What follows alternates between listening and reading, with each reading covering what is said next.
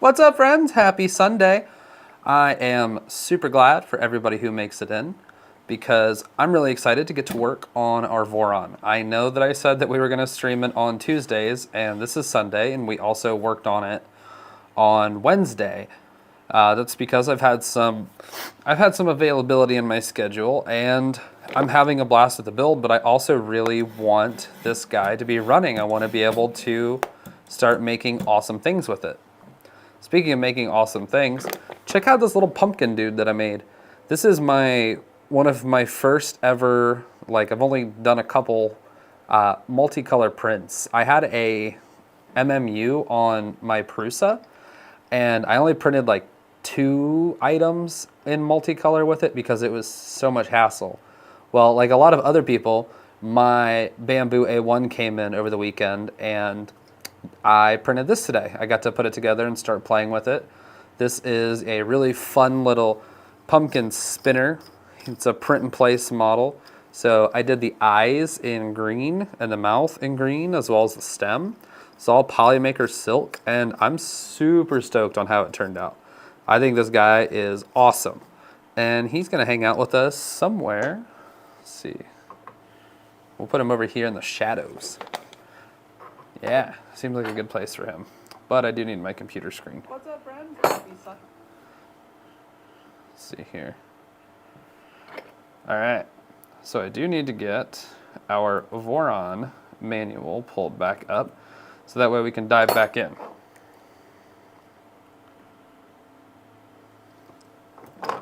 So if you guys were in the previous stream or you're following along with the build series, I'm not working on this off camera at all, at least not as of yet. So as of the moment, we are in the same place that we left off on Wednesday. We have the main portion of our frame assembled, which includes our Z-axis, and I made sure that that's trim and buttery smooth. And then we got our A and B motor assemblies and idlers installed. So we are ready to start moving forward into the next stage of the build here. Let me see. Get my manual here. We'll get chat over here. Who is Yo, sorry guys, I'm super late. I should print a frog. You guys look like you were having a ton of fun in chat. Who is Chili Willy? I don't think I get that reference. It is chilly in here, but I don't know who Chili Willy is. Yes, Mark, we are ready to plug it in. And we're gonna use this here iPhone lightning cable to do so. I think that we can just stick this anywhere. Yep, that feels like a secure connection. Oh, nope. Old Simpsons joke. Okay, I love The Simpsons. All right, so cable's plugged into the laptop, and we'll just stick that in the idler. Is this what you wanted? Where it's plugged in. It's got power, technically, kind of. Mark, what kind of frog do you need printed?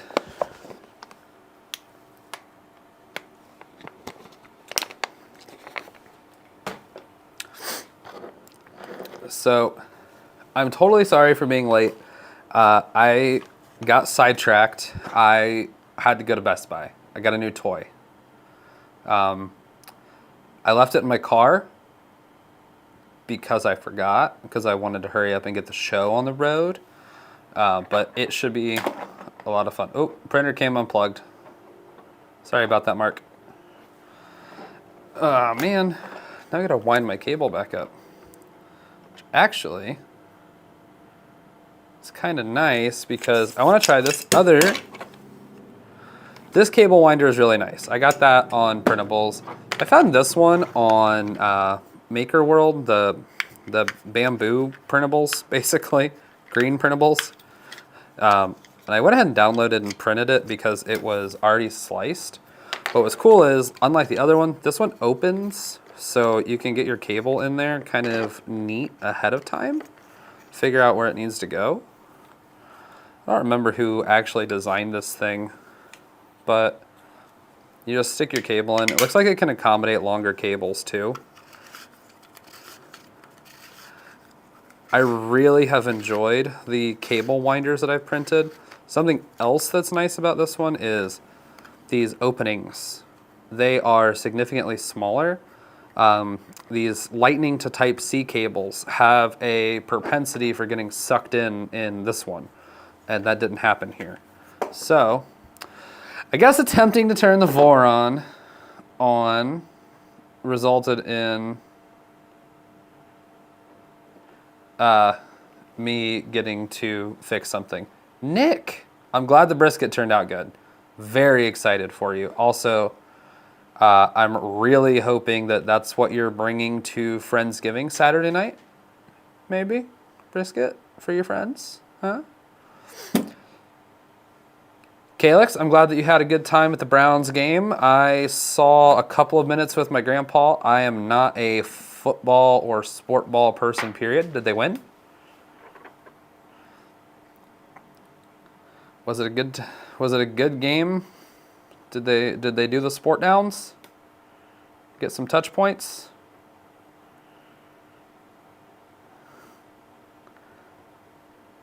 Yeah. I don't know football. Oh, Beau. We got a good crowd coming in here. All right. Beau, I got a little bit more flight on the DJI, buddy. We're gonna have to get out with that, and it's gonna be fun. Okay, so Beau's gonna come over at 4 a.m. and help you with the brisket. What good friends we all are to each other.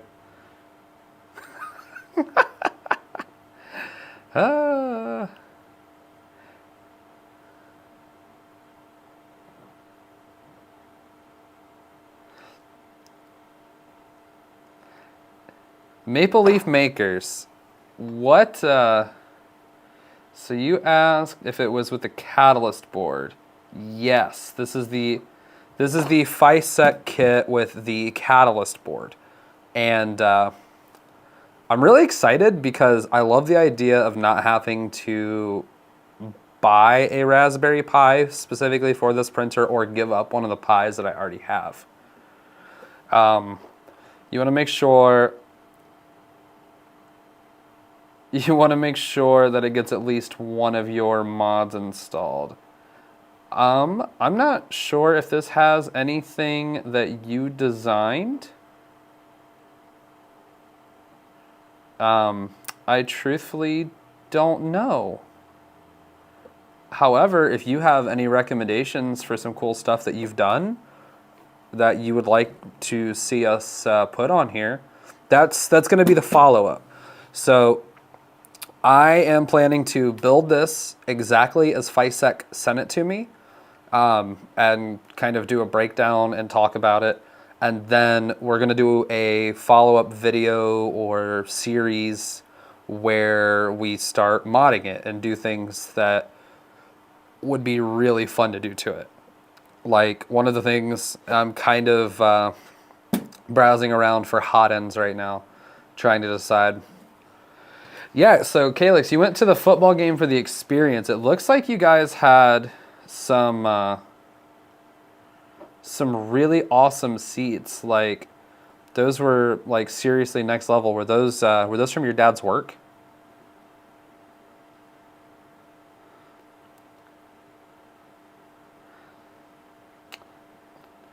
There's nothing to be scared of, Calix. He doesn't know how to work the internet.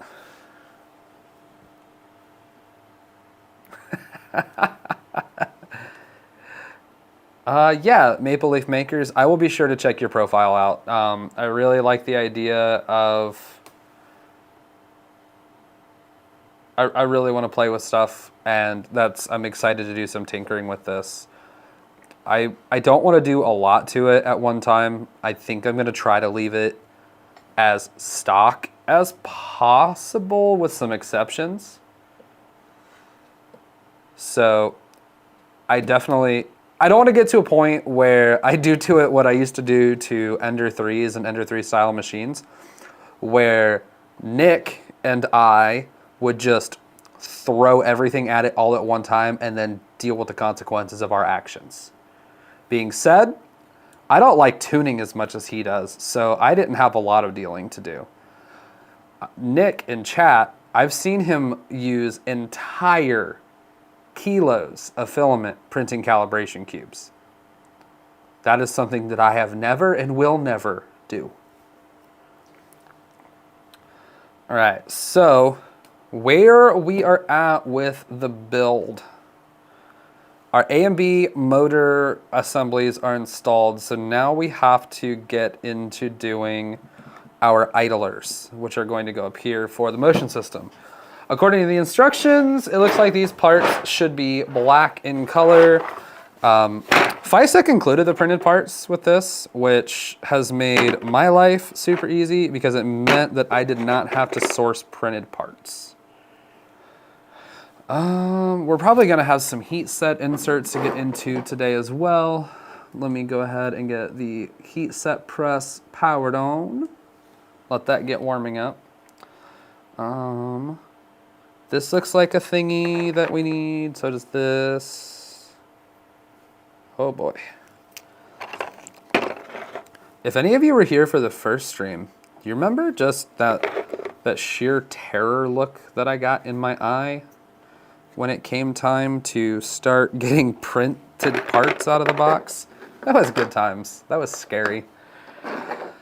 Okay, so do I have the right stuff? Here we go. Already, the terror is coming. Okay, so we need this thing for sure.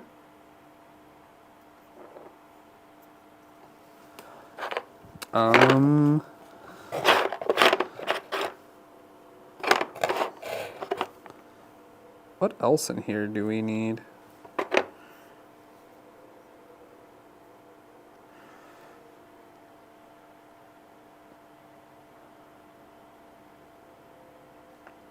Okay, so we need this thing.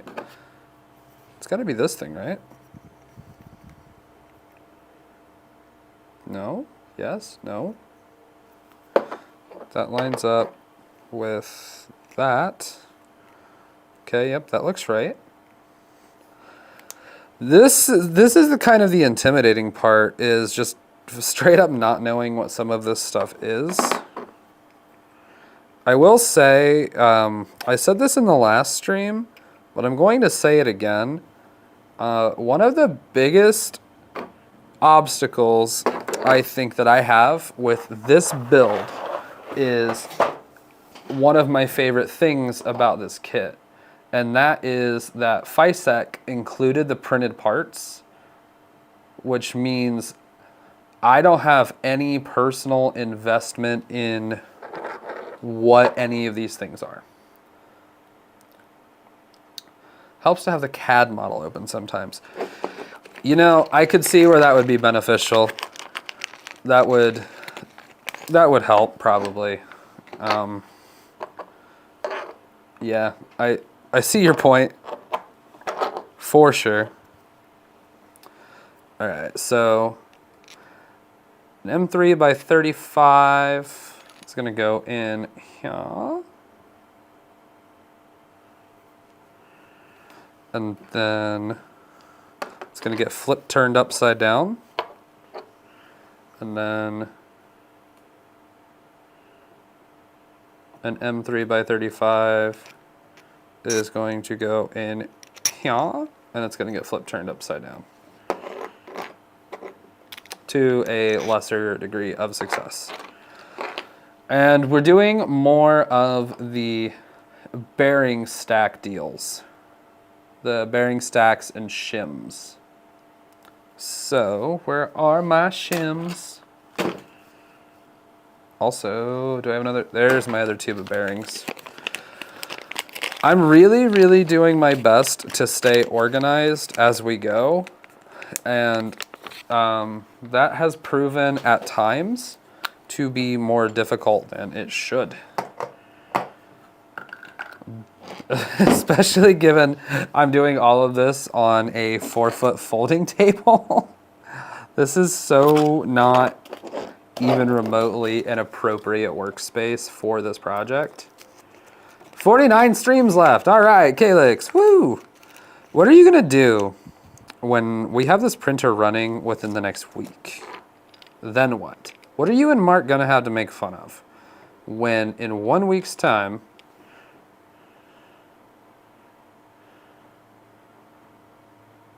I mean, let's be real, it's probably not gonna only be another week, but what would you do if you and Builders Mark couldn't make fun of me for this not getting done in a year? Like, I don't know where this 12 months came from. Just because the other Voron has been in progress for 2 years doesn't mean anything, Calyx. Nothing.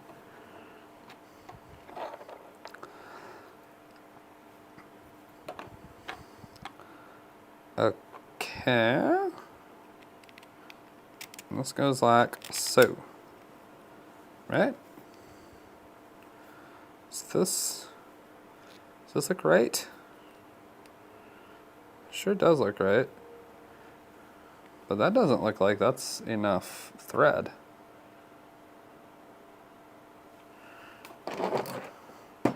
Oh, we're gonna have to go back to the Allen key for this one, gang.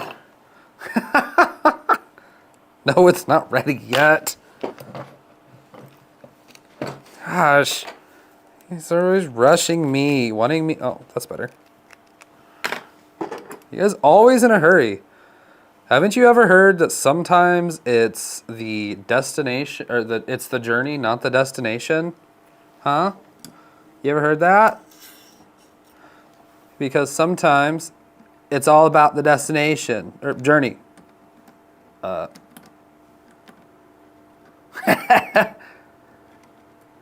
We're on a 2 plan now. What happened to 52 weeks? No. It is not going to take 52 weeks. Guys, this is the 3rd stream already. This is the 3rd stream in this. No. Calyx, no. We are not finishing the other Voron on streams. Nick is one of my bestest buddies in the whole world.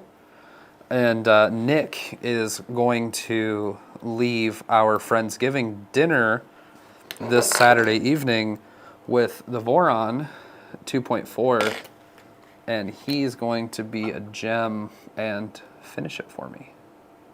Isn't that right, Nick? I didn't have the screw pushed in all the way. Was the problem there.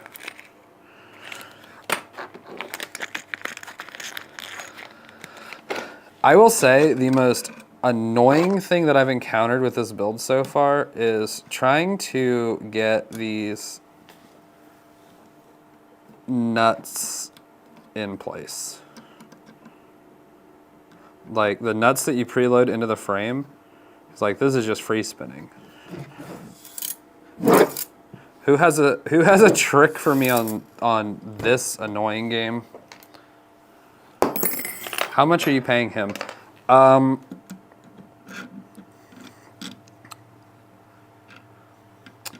Well, I could tell you what it is in terms of money. You called Loyal. He said that he would race me. So we have a bona fide print race. I guess that's a printer race against Loyal Moses. No drop nuts. I have several. I dropped my nuts on the floor the other day. Okay, so far that's not hateful. Print them and slide them. Yeah. That's not a bad idea. Like, I think T-nuts would have actually, like, for this and, like, the motors, I feel like just regular good old-fashioned T-nuts would have been the move, personally. Am I doing that right? Yeah, that feels right.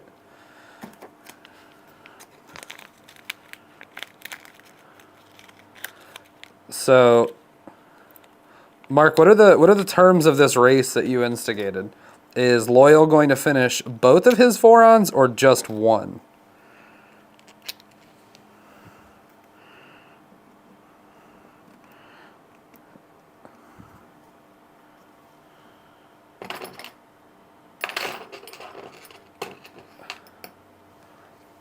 Peanuts. No, I'm not paying my friend in peanuts. I'm in turn paying him in adult beverage.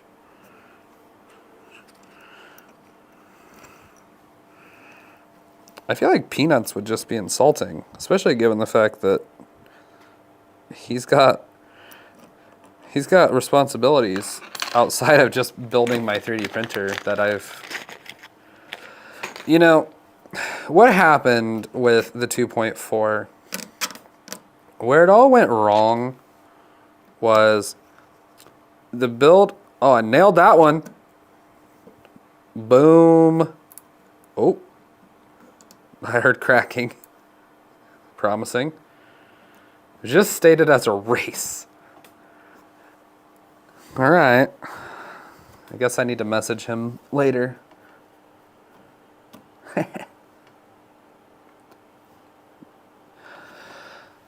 Okay. Is that right? That looks right. All right, idlers are installed. So now we got to go to the accent color bin. Our amount of printed parts is dwindling pretty quickly, friends. And then we have these dudes. God dang it.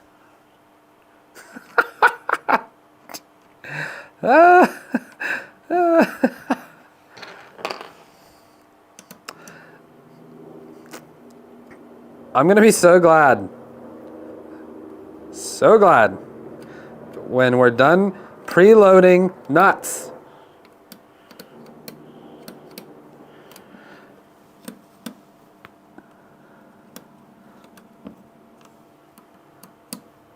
It's driving me nuts. That wasn't intended to be a stupid joke. Just, I'm being stupid. Alright. This is a pro gamer move. I guess I'm doing it harder than I need to as well. Boom. Now, okay. Alright, look. The instructions didn't tell me that I could do this way, but look what we just figured out. Okay, so I forgot to preload a couple of nuts into the frame that the instructions called out right here, this moment, in the heat of the moment. Okay, but look, this is still attached to the frame, okay? Why didn't it have us attach these back screws first? Big brain. Okay, preload 4 M3 nuts. I big messed up, y'all. Calyx, Nick has built 2 Vorons and is old enough to have an adult beverage legally. So I appreciate your offer, friend, but I don't think that I'm going to do that. I don't think I'm going to do that. Okay, so I don't need to install nuts on this side. I'm a magician. Thanks, Mark. They call me the Magic Man, because now you see me, and now you don't. Who gets that reference? What classic movie is that from?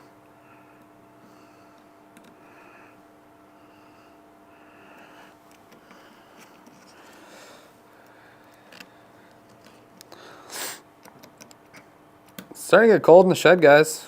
I'm gonna have to fire up the kerosene heater soon.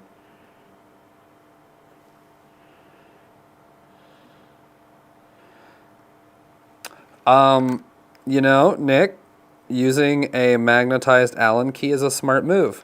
Instead, what I've been doing is using gravity and frustration to move them around. All right, so now, are these the same? Please be the same. Is a nut supposed to go into, what is happening? Okay, these look identical.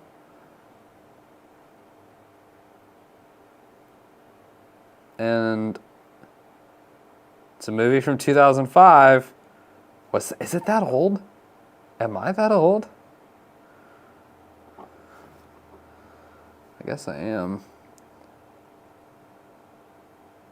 They're the same. No, not. It is almost November.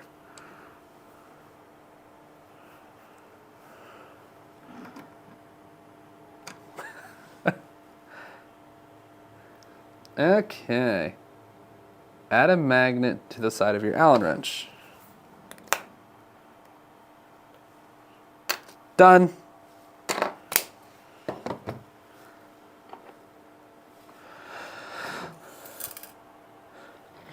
Did I put these on there right way? Cool.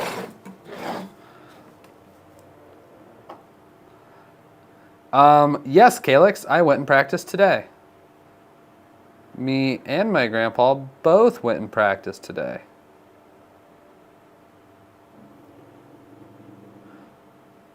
Idlers are installed. Z-axis lead screw nut. Here's my Z-axis stuffs. Or pull your Allen key. You're smart. Ow. So, I have this really bad habit. I sit on my feet constantly. And I was just doing that, so now my foot is numb and I'm having a bad time. Tell him that if he lowers his expectations, he'll be more impressed. Calyx.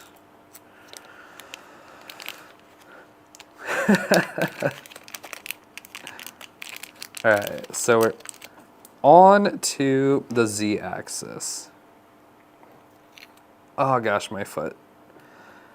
Why do I do this to myself?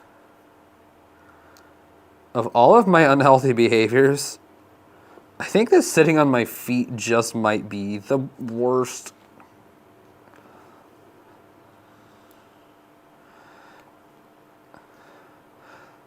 Yes, a good old anti-backlash nut. I'm about to lose my mind.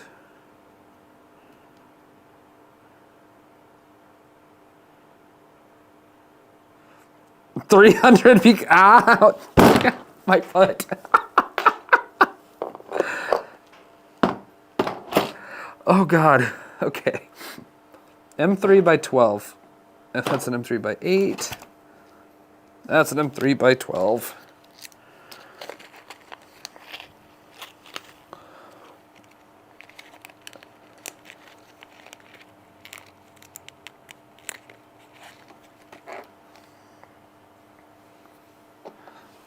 Okay. So this goes like here. And then is this going to come up here?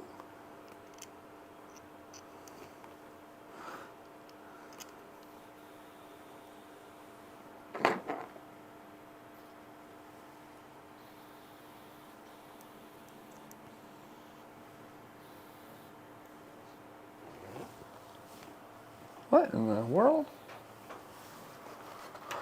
Oh.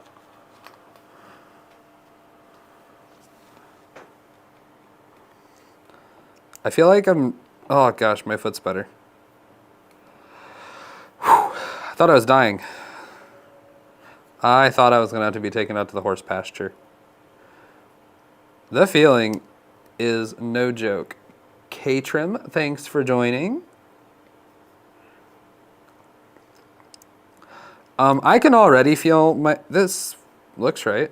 I can already feel my knees being angry about the fact that I sit on my feet. It's pretty... Okay, bye. It's pretty not great, if I'm being completely honest.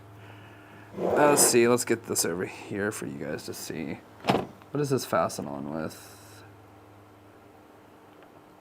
And 3x12s. It's just me sneaking around the back of the shed. I'm only gonna bowl a 10 or a 20. Oof. Oof.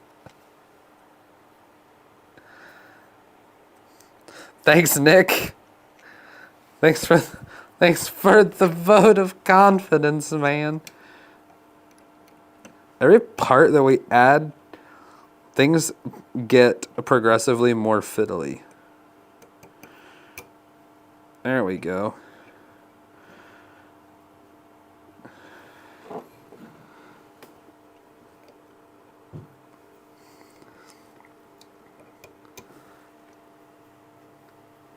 Just you sneaking around the back of the maker shed. I need to build a sign for behind me. Oh, Calix, you're the one that said I'm only going to bowl a 10 or a 20. I thought Nick said that. Yeah, I'm not surprised that either of you said it, if I'm being honest.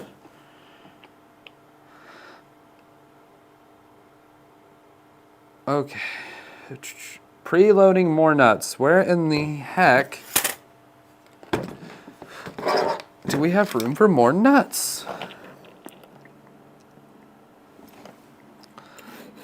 All right, our anti-backlash nut is installed.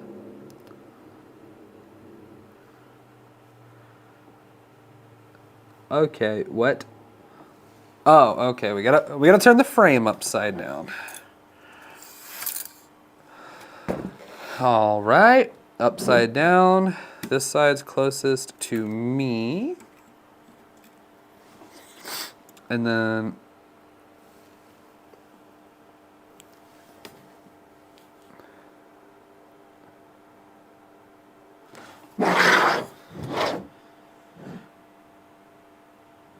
three and three. Okay.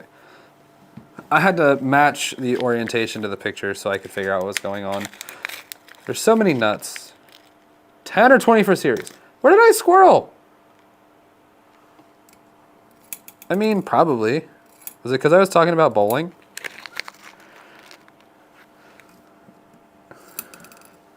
I'm being distracted. Yeah, those cam locks, they yoted themselves. They have been yoted.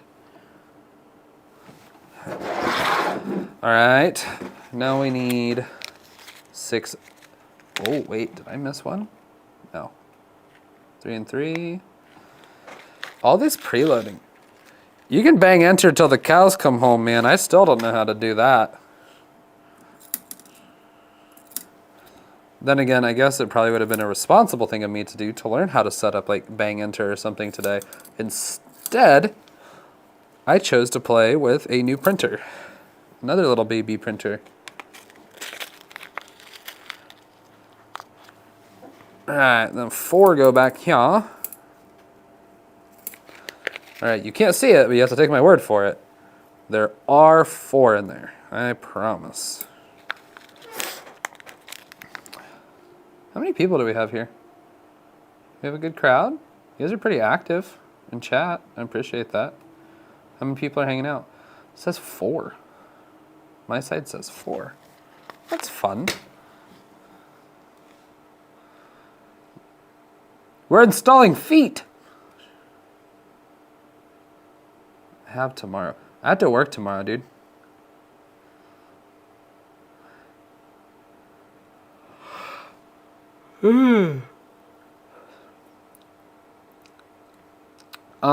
I was running Stream Elements.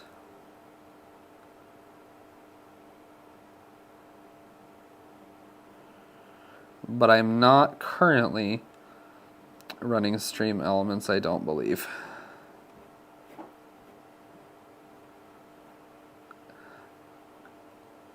Okay. heat set insert time. So we're gonna move this guy out of the way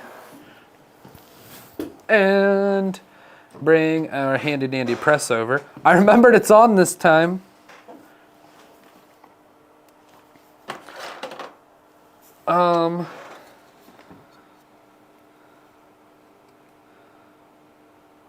Where'd the 4 go?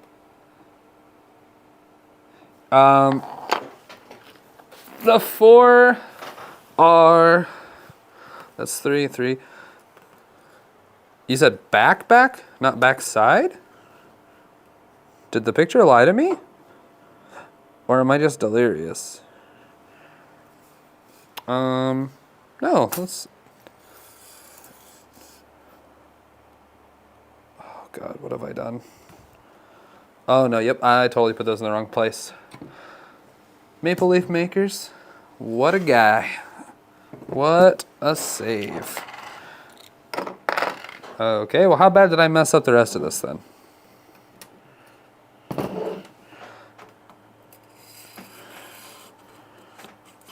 Do. Spool holder. Yeah, that makes sense. Well, I tried to be elegant about that, but then proceeded to drop every single nut. Somebody in the Voron Facebook group said, did you even build a V0 if you didn't drop nuts on the floor? I'm starting to think that's true. Okay, so I got 3 here, I got 3 here. So I'm going to take a wild stab and assume that these 3 are not meant to go in the front, underneath of the idler. Contrary to the chaos energy, I am genuinely trying to not screw stuff up.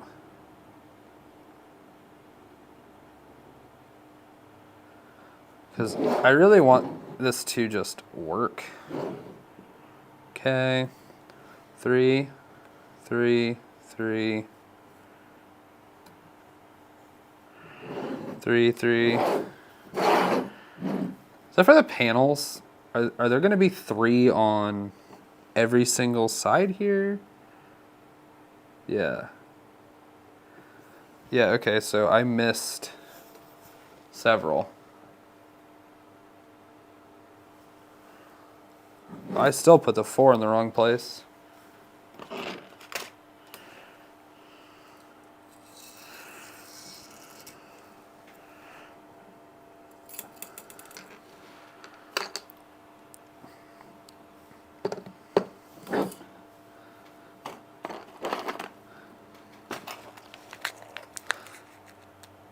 Yeah, I'm just a little fella.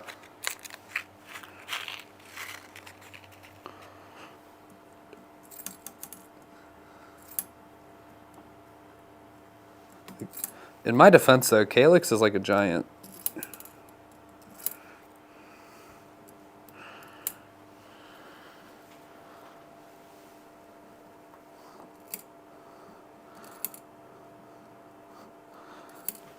Okay, that's mo better. Now this can go out of the way.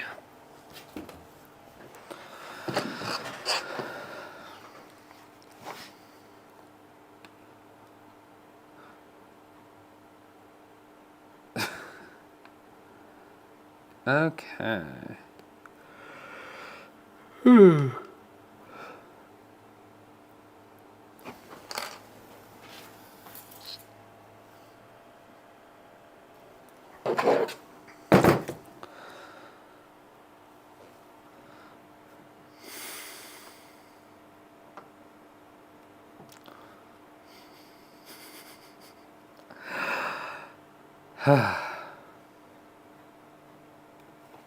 Oh, nuts.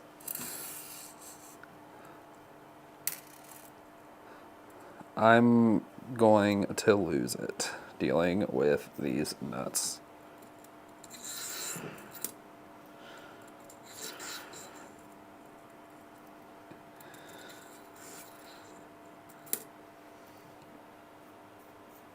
hate it here.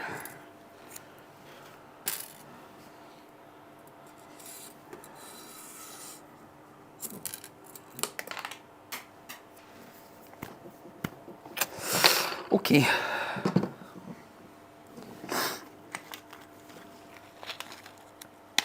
It's almost over. Yeah, honestly, so everybody's told me that like where I'm at in the build, like this was the longest part and that stuff is going to kind of just pick up from here. So I'm excited about that. Yes, Calyx, Q is tall. Okay, now it's time for the heat press. And I'm gonna put those little rolly dudes away before I break them. Okay.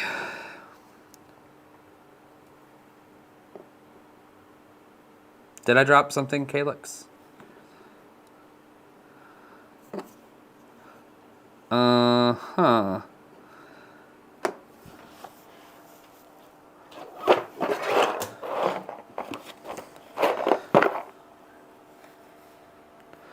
It's kind of funny to me that Fysetc printed this part for the bed, but their bed doesn't use it. Okay. I gotta find these parts for the screen. I wonder if they're in the other bag of printed parts. One of the other 2 bags of printed parts. Because we're getting to feet. These look all flat like they are for side panels. I'm thinking we're in here in the skirt parts. Oh yeah, that looks... What?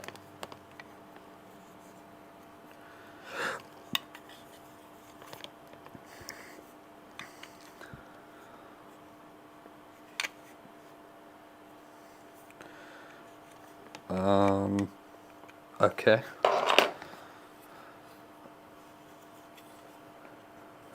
Okay.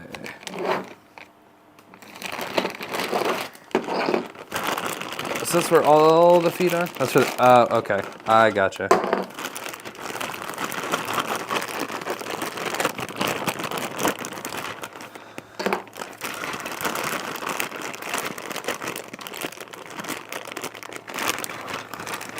This tiny bag makes it feel like I have huge hands.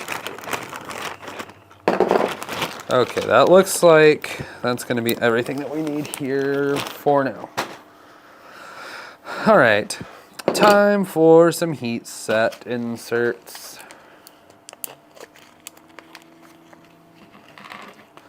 So this part is going to look like this, and we're going to get a heat set insert over here on one of these 2 holes.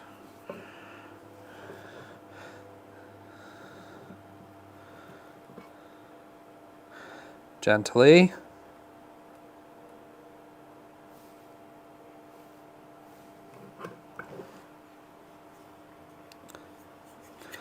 And then we're going to get one right over here on this hole.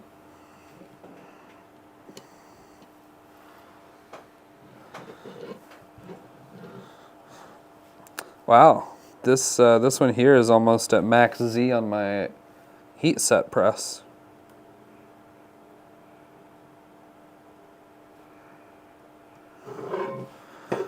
Okay, we're gonna just do a quick check and make sure that we got that one all the way where it belongs. Yep, that feels good.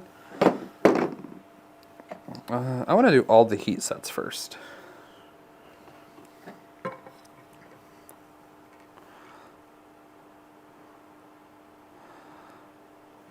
I have to say, I am a big fan of using heat set inserts in 3D prints.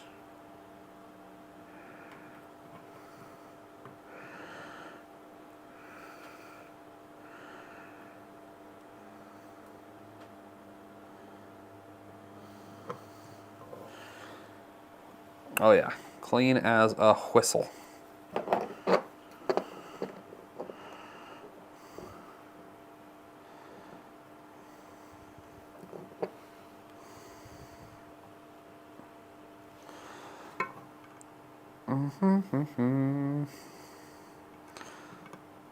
Let's see, we're going to do all of these first so they have time to cool before we screw our feetsies on.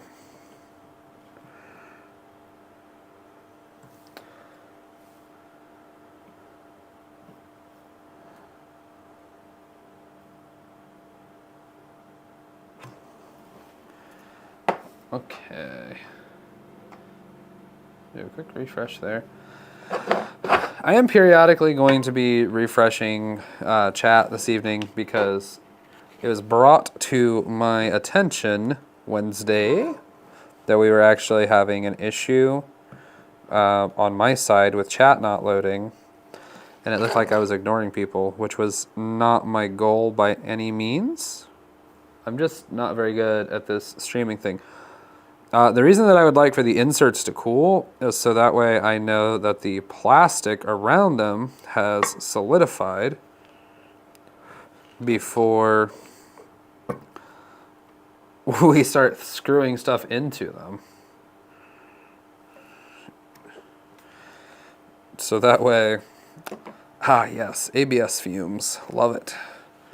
I don't want to torque these inserts out if they're not cool enough.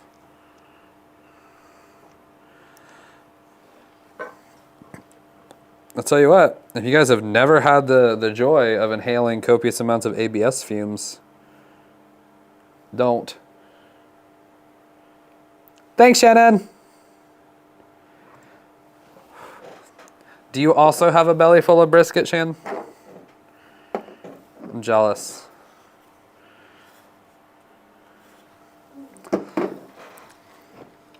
Okay. Now I gotta find the rubber feet. You know, Calyx, if you really feel like I was going out of my way to ignore you,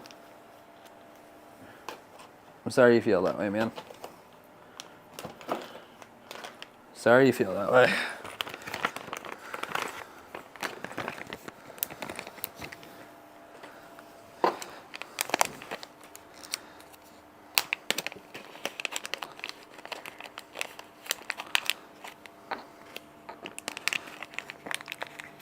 So, Shannon, are you going to let Nick continue to make brisket then? Alright, M3 by 10s, 8s, 40s, 6s, shims.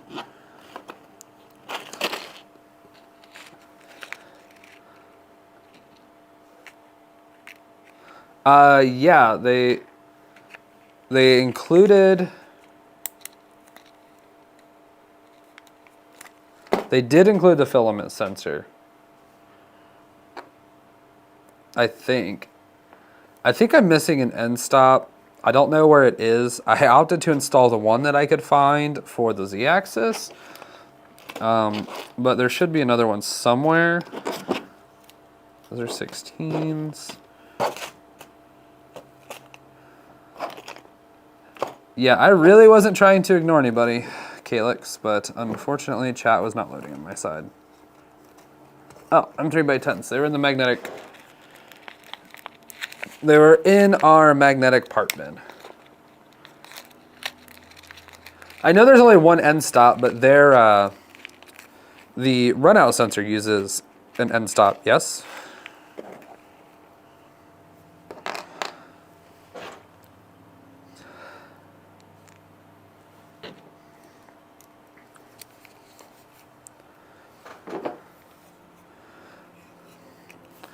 All right, time for feets. Into those threaded inserts.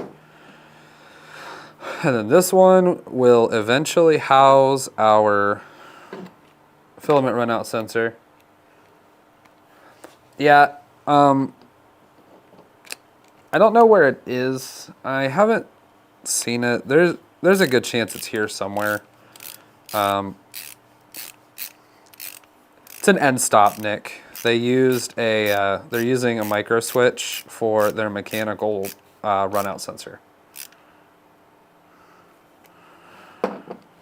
And then these two should be the same.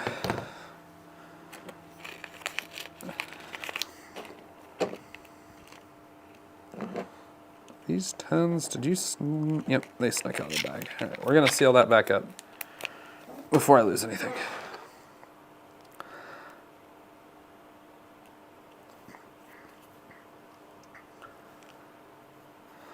Yeah, no, it is a bona fide end stop.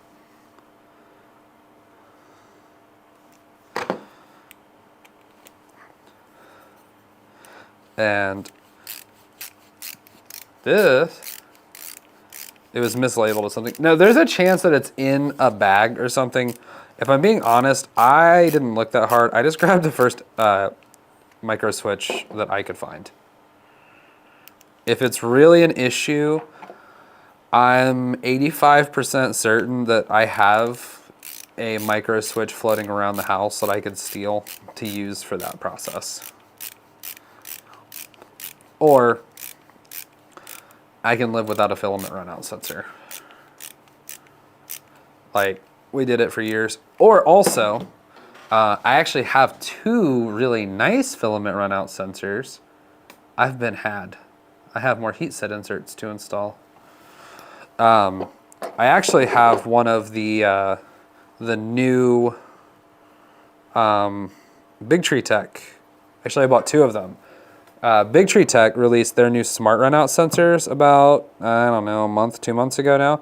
And I bought two of them and haven't done anything with them yet. But they were cheap when they came out. So I went ahead and bought two just because I thought it would be nice to have them.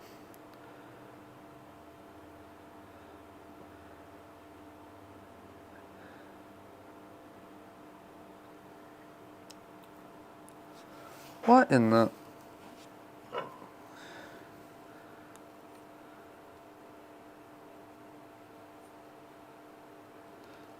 You have a mount for the V0 for the runout sensor?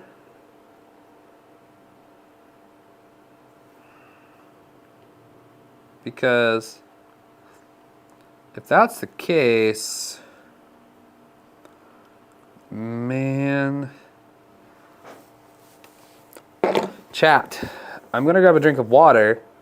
Should we try to find the end stop, or should we try to find the runout sensor that Fysetc included, or should we go rogue immediately and just put on our Big Tree Tech smart runout sensor ASAP and just live without a runout sensor until we're able to print ABS?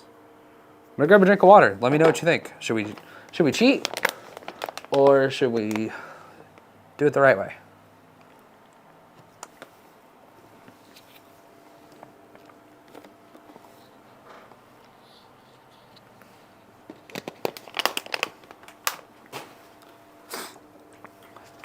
All right.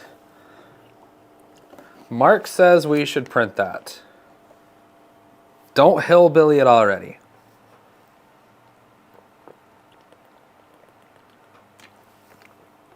Chug, chug, chug. Nick, would it really be hillbillying it if we just omitted the one part until it can print ABS and then we put a better part on it instead of the totally non-essential part?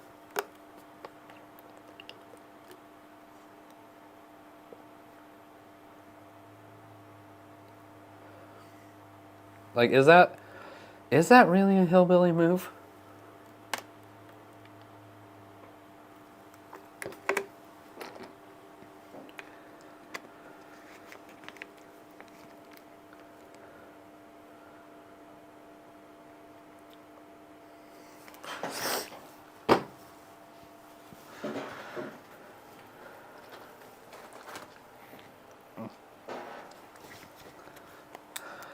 Okay.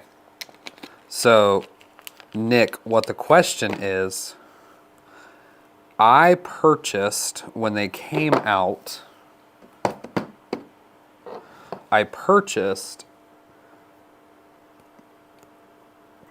the new Big Tree Tech runout sensors.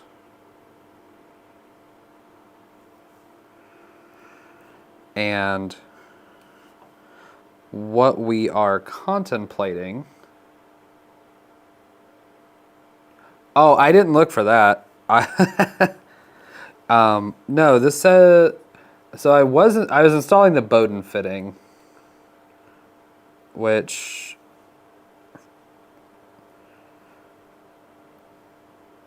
doesn't really look like a Bowden. I don't know what's going on here. So... is this already ready to go as a Bowden fitting? Where's that PTFE tube? Actually...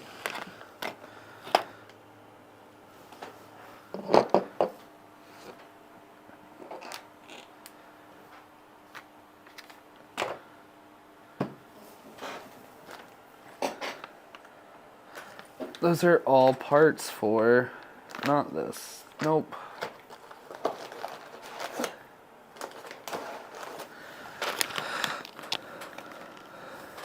Nope.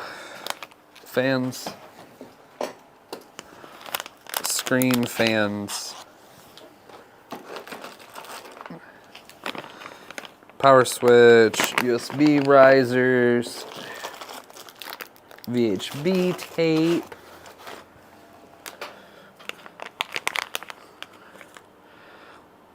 Z-stepper extension. Ha ha ha! Hey guys, I have the part. We're gonna build this stock. I didn't look in there. No. Alright, we have surgery to do here in just a second. As soon as I make sense of what's happening with this Bowden collet. I thought it gave me a piece of PTFE tube for this. Ah, it's on the floor.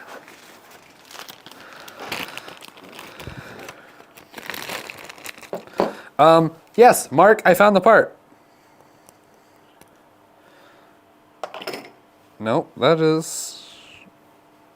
oh, wait. Does it go like this? What is happening? Oh, I dicked that.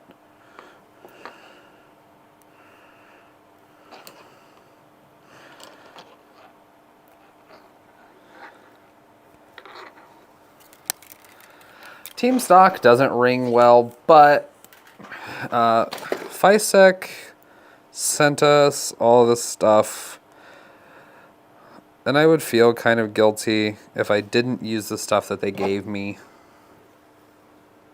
At least for this one. At least for starters. Like, we're gonna do the other one.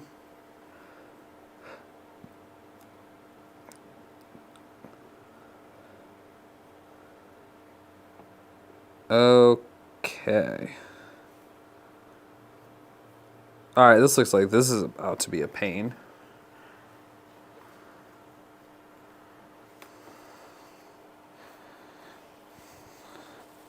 Trying to push this collet in.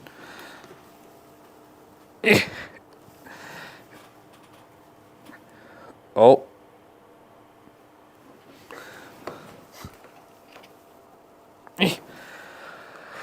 I have permanently disfigured my table.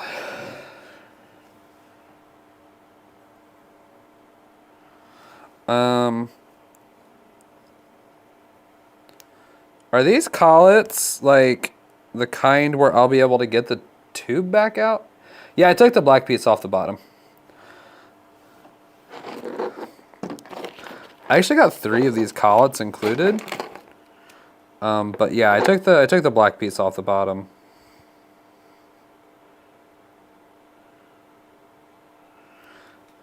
I don't think it would have fit in any other way, but that was really tight. So I am slightly concerned that that's not going to give me my filament back. Okay, well, I'm going to take your word for that, and we're going to not test fate right now. So, yeah, Mark, we decided we made the unilateral decision that we are going to put this back where we got it. Just press the lift in. It's pretty in there. We will cross that fridge when it comes. Okay. Now, somewhere, I have a little teeny tiny bearing. That's all extruder parts. It's all hot end parts. Oh, wait. I found the other end stop and didn't do anything with it. My hand hurts now, in case anybody cares.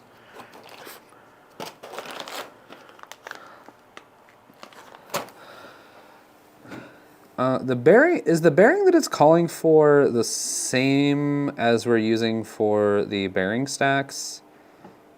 Or am I looking for a singular other bearing?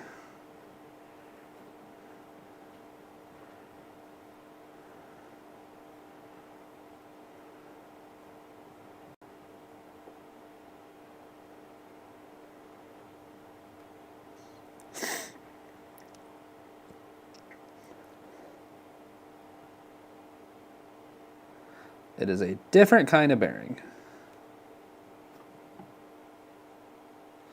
Same as the tool head, though.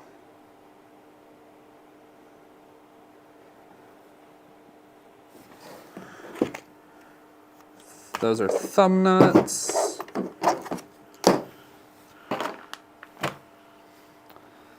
Very small, no flange. Gotcha.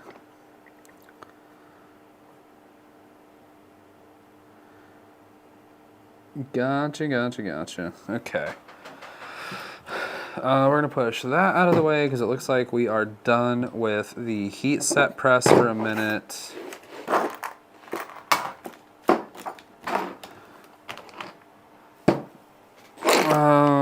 That's going to have to go in there.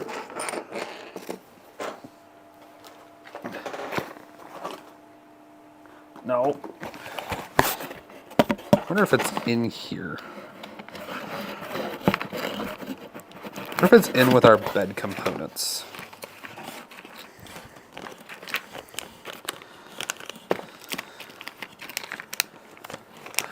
What do I think about the AMS? I have the AMS Lite on the A1, and today I printed this pumpkin with it. I had a couple of failed prints with it earlier today.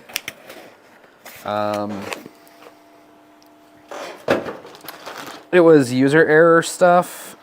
It was no fault of the AMS in any capacity. It was all me. I was the problem. So yeah, I like it so far. It's running really well.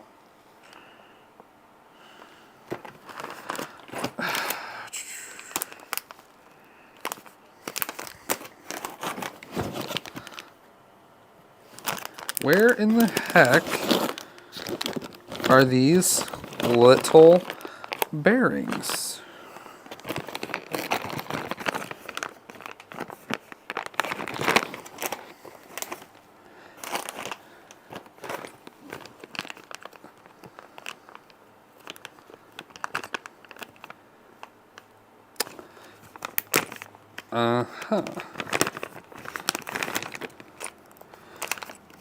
Well, there are 3 of them in with the stealth burner parts.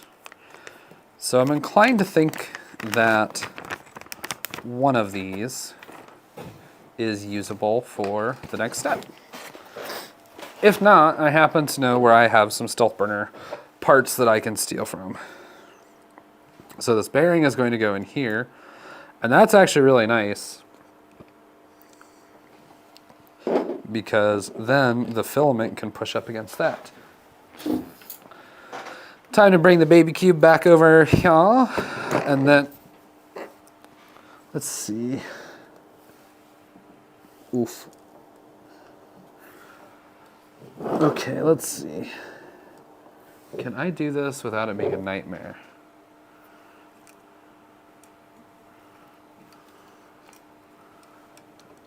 I really hope so. I think I can. Okay, so they did put the third bearing in with all of the tool head stuff. What the heck was that? Oh. Let's see what happened.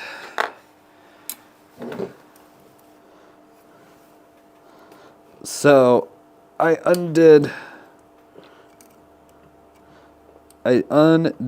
the nuts, potentially regrettably, that hold the Z end stop in place, because I have realized the Z end stop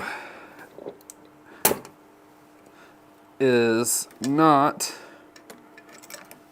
the runout sensor. So we have to swap those parts out. That's right, this is where I was annoyed, because this uses a Phillips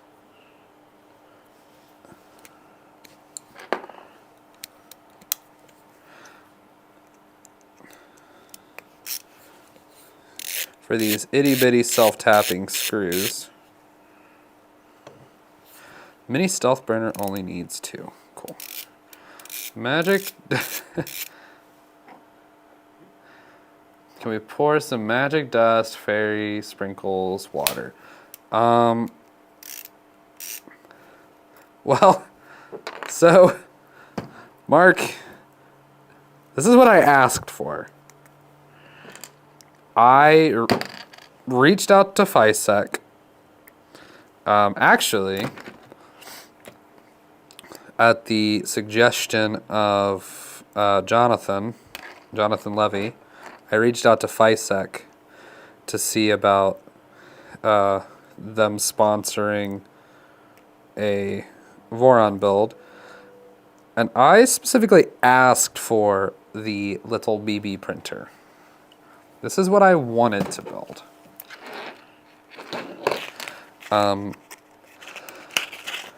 So I'm having a ton of fun with this, so maybe if everything goes well with this, maybe we can convince somebody to send us a bigger kit. See, this channel, see, we operate at a net loss. So we can only afford to build small printers. It's not in the budget to build big ones, because I do reckless stuff. Like, I bought the new Bamboo A1. I stand by that decision. I'm very excited about that little printer. Is it going to be the greatest for content? Probably not. I mean, we're way behind the curve on that, but we're still gonna have fun with it. Like, it is going to go a long way for the kind of stuff that I can/want to do. Team 1000. Dude, have you found somebody with a 1000mm printer yet? That the printer isn't like a big old scammeroonie?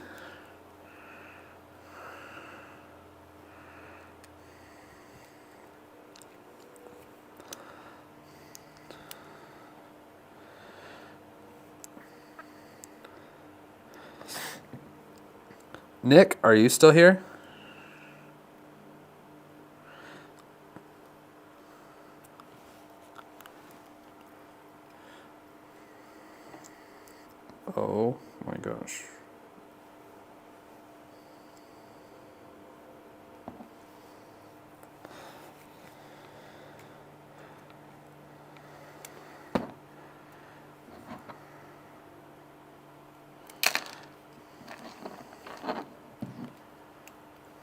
I'm going to go insane.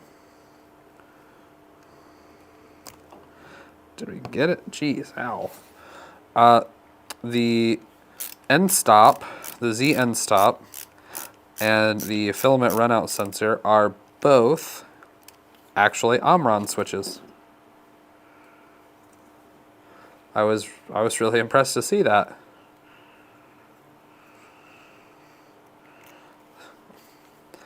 Speaking of Omron, did you order a new Omron for your 2.4 yet? Okay.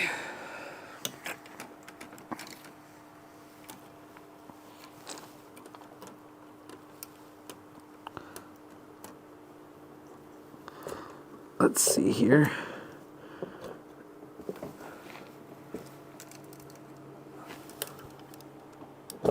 Okay.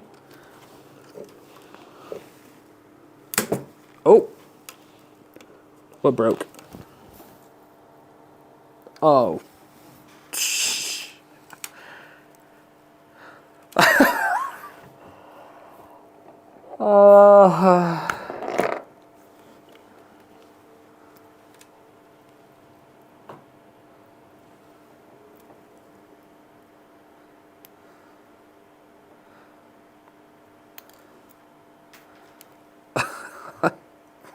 Dang it.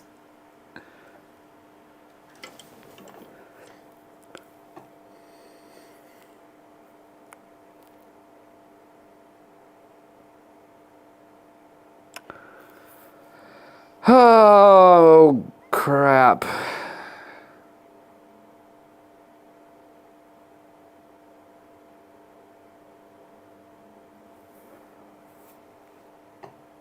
That is... Huh.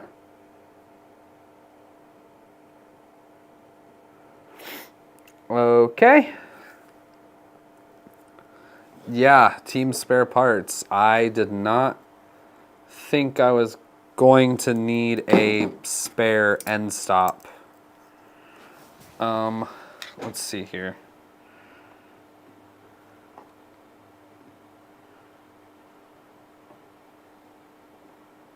I'll show you what happened.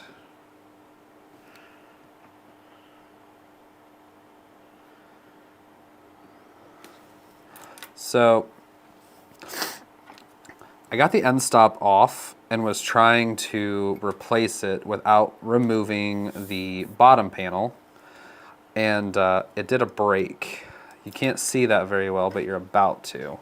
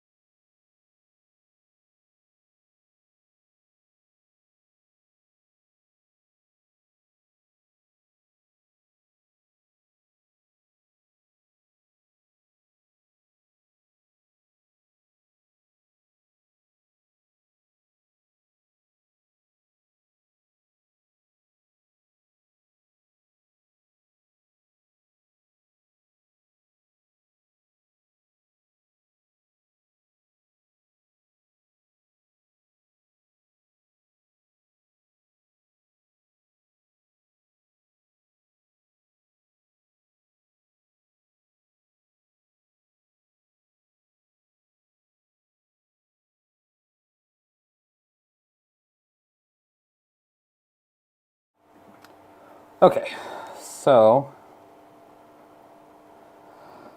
I think what needs to happen now is I have made the decision that we are going to adjust course here. Oh man, that is not ideal.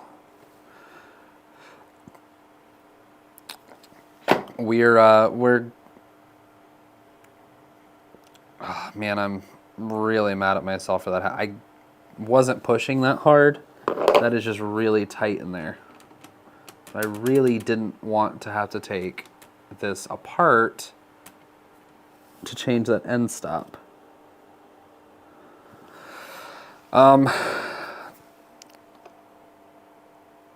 No, I do not have a spare of that size.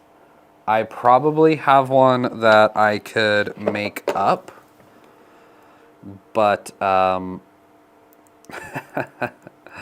we're going to use the one from the runout sensor because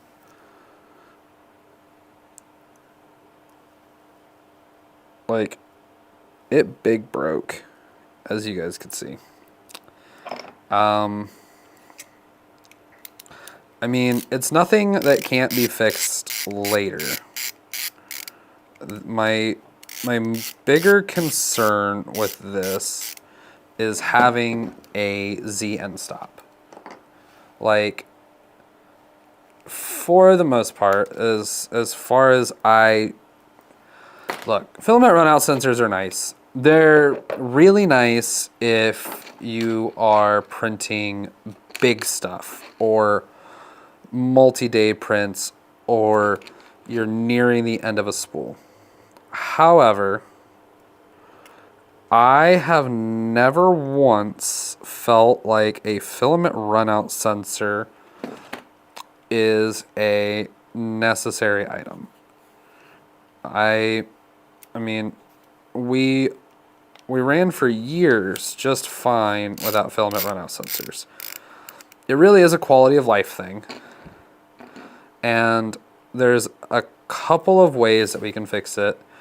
I could order a spare Omron switch and just make it myself, which I'm not above doing.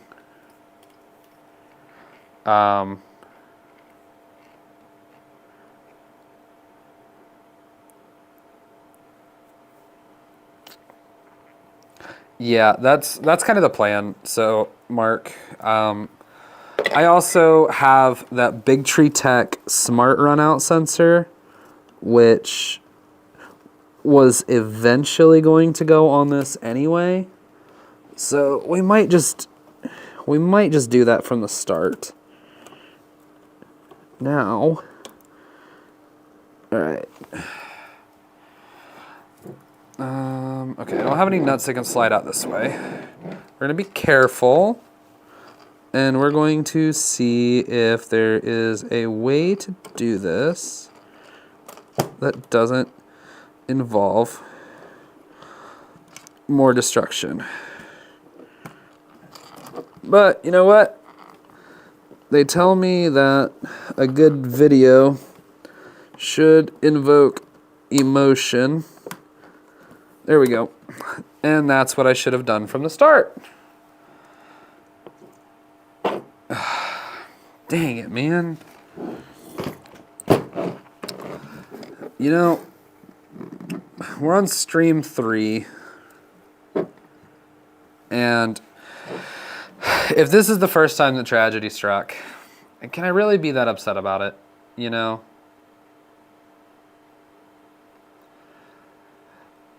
No, Calyx, your printer does not have a runout sensor by default, but you can add one.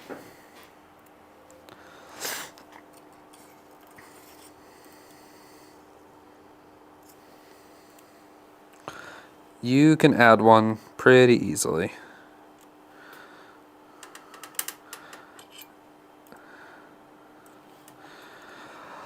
To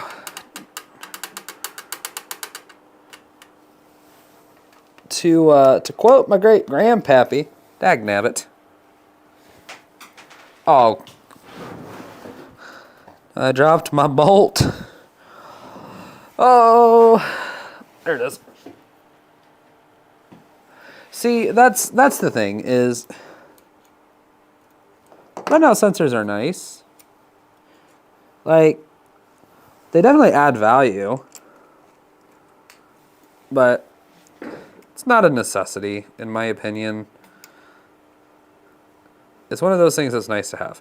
Now, on the other hand of that, if your name is Builder's Mark and you're 3D printing giant stuff, it can add some value to your life.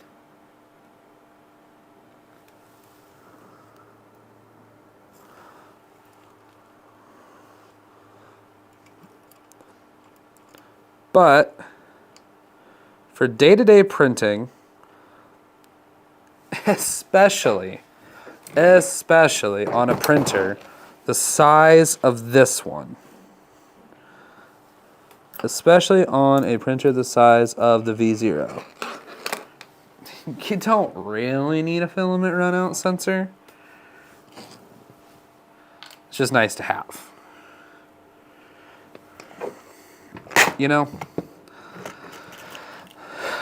honestly, I'm more upset at myself for what a bonehead move that was, and for breaking a nice sensor after I was just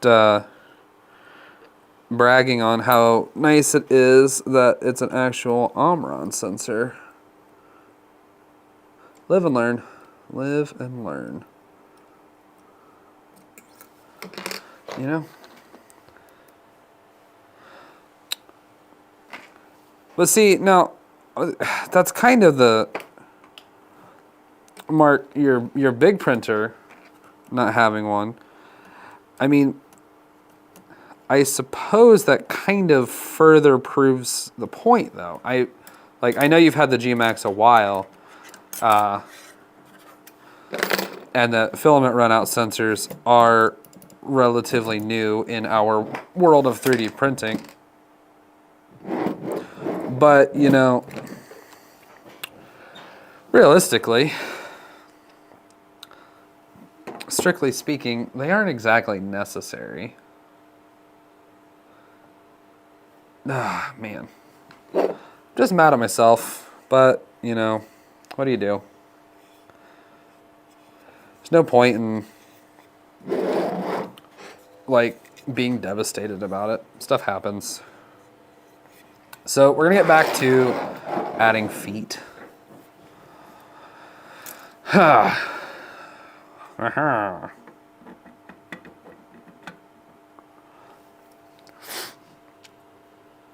Right, yep.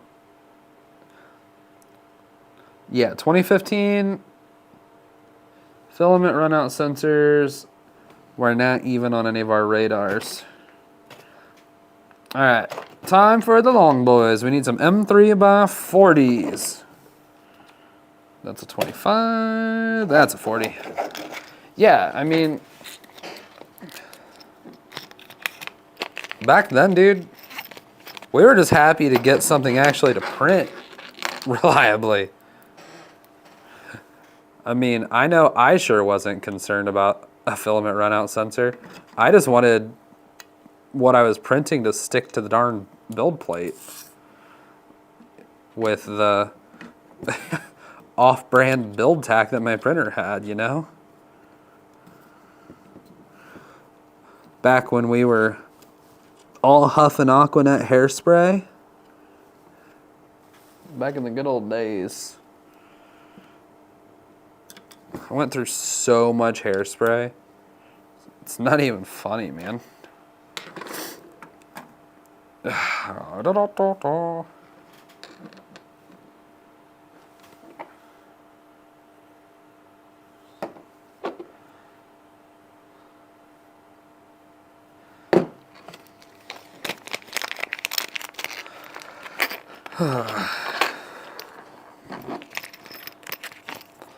Well, tonight we can say we learned something, and that's how to absolutely destroy a filament runout sensor micro switch.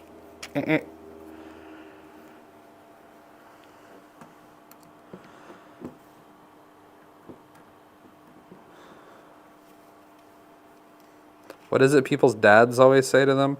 I'm not mad, I'm just disappointed.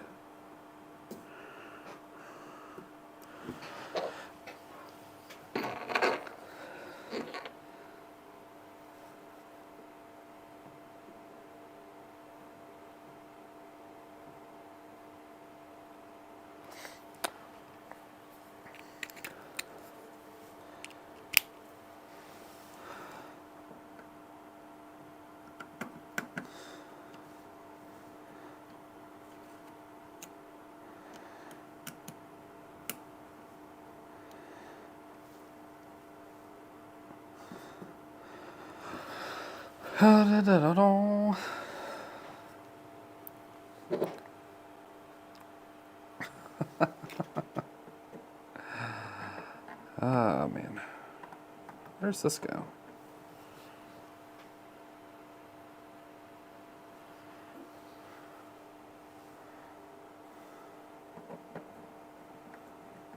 It's gotta go there.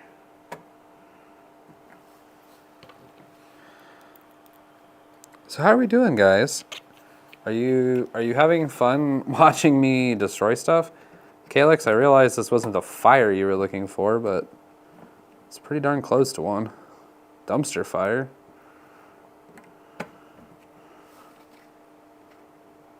What? Wrong spots. Oh, I didn't even realize those were directional. Wait.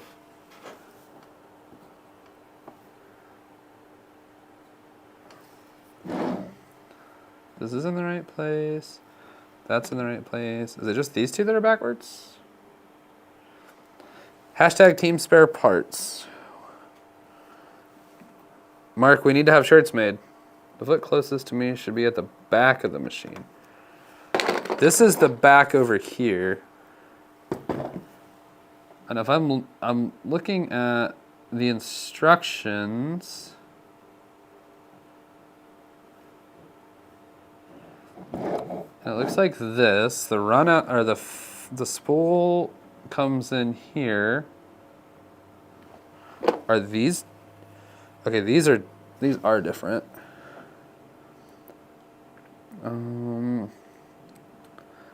really show me how.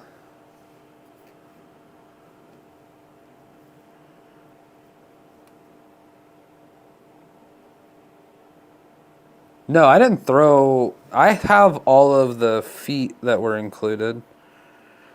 Oh, doors, duh.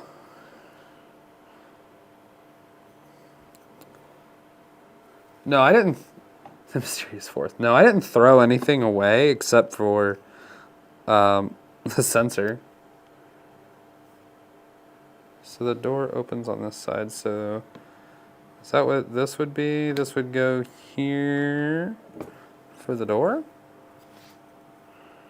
What is happening? These look a lot alike. And the instructions aren't really doing a great job of showing me.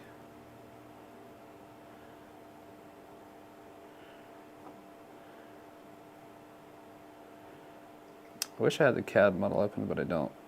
Yeah, I have 4 feet and the switch. Let's see.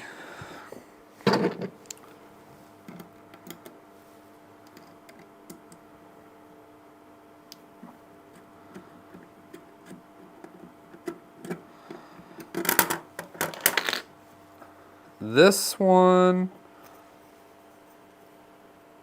and this one are the same. Nope. These are, wait. Okay, these two are different. And this one is different.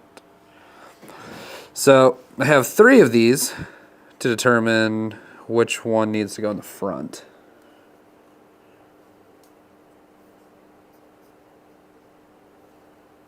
And I'm thinking this one goes in the front, that I did not put a foot on. Yes, I am an ant mutant.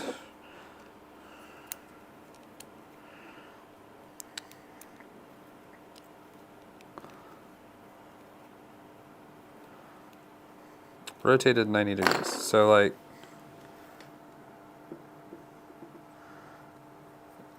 like this. The foot coming inward, but this little groove going outward. Yes?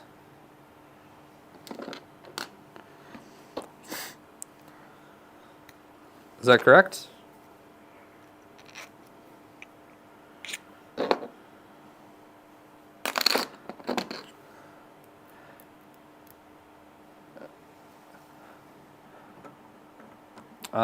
Yes.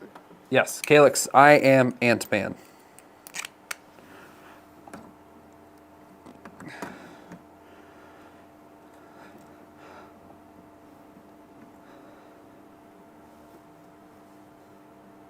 Okay. Snug as a bug in a rug. Go ahead and snug that one down. Yaw. Okay, now I have to figure out, I think it's this one.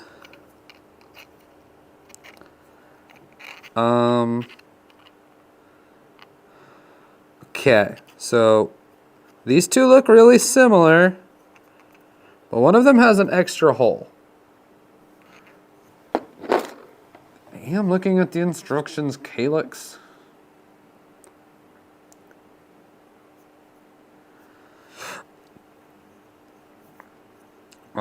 Can't be this one. So it's got to be this one.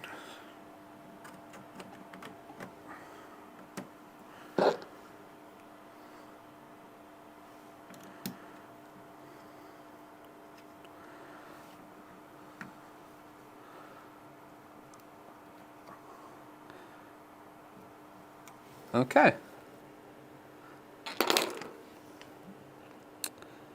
Now we have feet. Now we have feet. Oh! Is this one just a filament inlet without... so would this be in lieu of the filament sensor then? Yes? Because that's a through hole.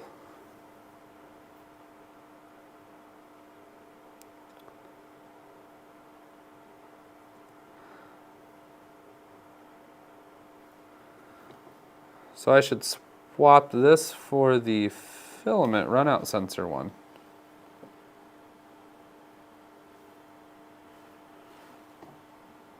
And we'll cross that bridge later. I'm not dealing with that right now. It's on there. It's tight. Time to go back to the accent parts.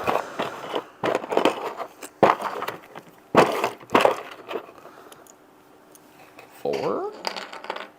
Oh wait, that's only three. Hello? Four. All right, guys, we're making progress. We're running low on accent parts. Okay. We are feeling refreshed. And these are going to be M2 by 10 self-tappers, which means Phillips head screws. Those are M2 by 6s. Where did I leave the M2 by 10s? There they are.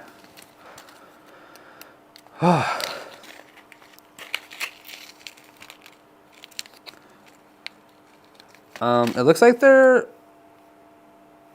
good. I was lining these up with the holes. Okay, cool. Yeah. I was lining these up with the holes.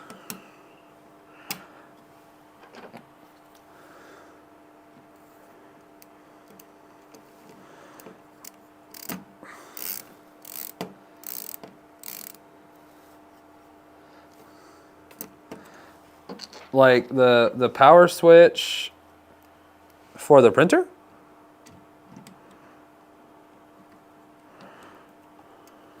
Mark?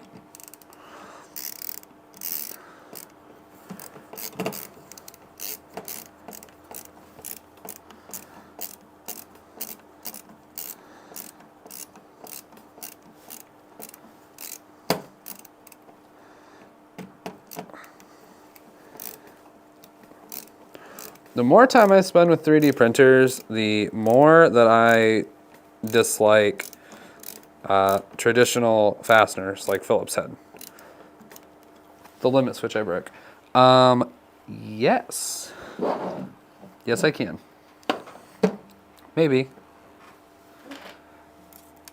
Let's see. I thought for a moment that while we were away for a commercial, I thought that I might have just chucked it into outer space. Ah, here we go. We'll use that for a backdrop. Let's see. Conveniently, Mark, I have all of these studio lights set up. So let me see if I can make this a compelling photo for you, buddy.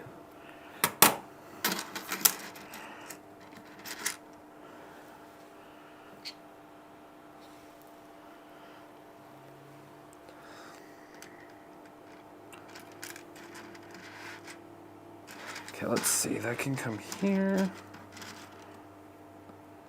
Oh, I think my phone's gonna flip out trying to focus on this. The problem is I don't have any maybe? Yeah, that'll work. Say I didn't have anything just white to take this picture on.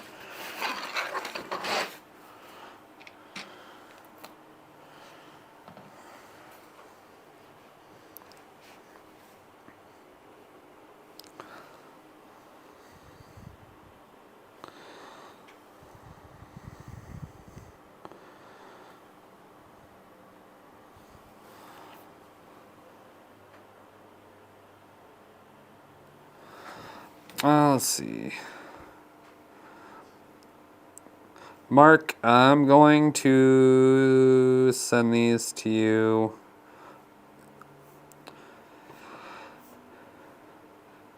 through Discord.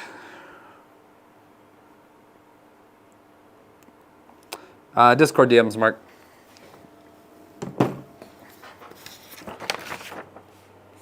We do have a nice wiring guide. Okay. Alex, I don't appreciate you yelling at me. Just because you're taller than me doesn't mean you have the permission to yell at me. And if I wasn't looking at my phone, I wouldn't have even seen that text because everything is on Do Not Disturb mode in the event that I needed to share my laptop screen.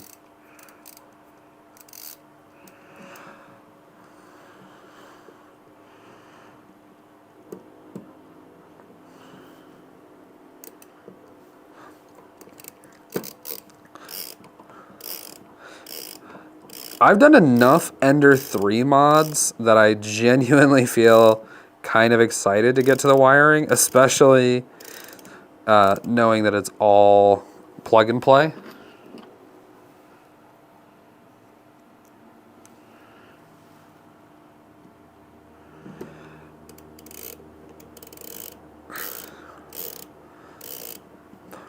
So the broken end stop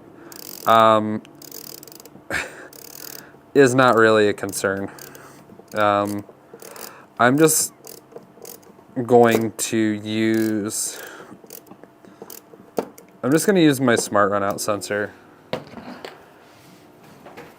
As long as it doesn't cause issues. This printer is so small on its own that I don't see a likelihood of running out of filament in it very frequently. I don't know. I don't know. It depends on how far we get. We're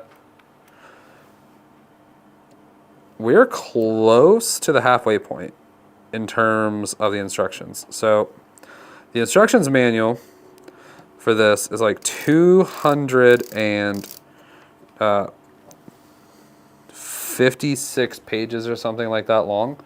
And we are on page 106 right now.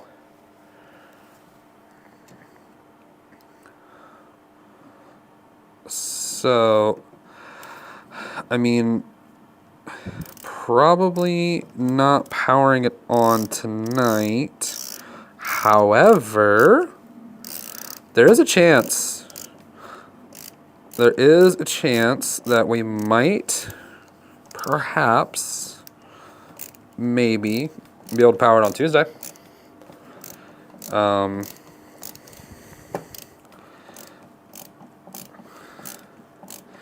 I think that this week was honestly a little bit of an exception.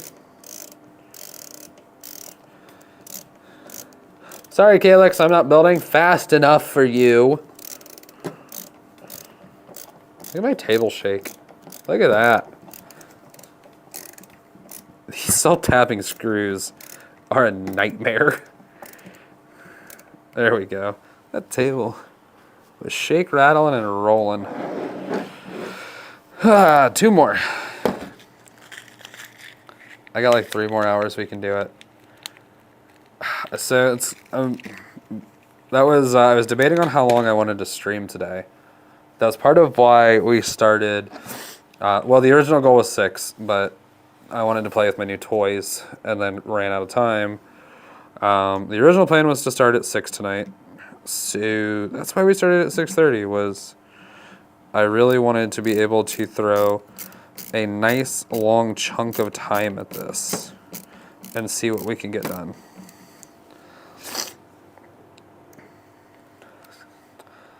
I don't know, so I'm assuming based off of the name Maple Leaf Makers that you are in Canada.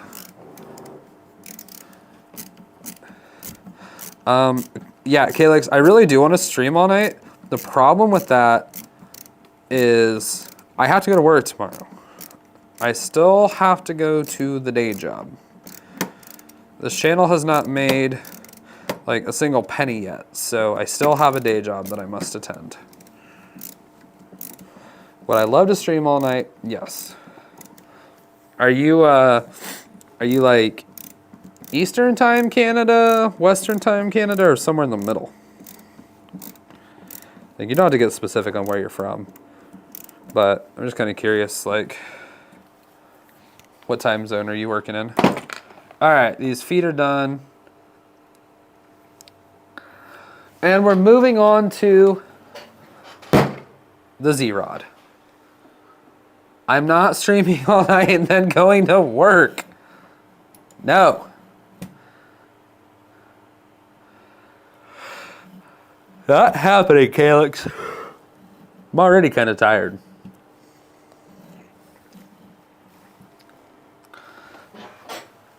Do. That's thermal grease. I don't think they actually included lube for this. I have thermal grease. Is thermal compound a good lubricant? Should I? Eastern Time. Same as me. Northern Ontario. Neat.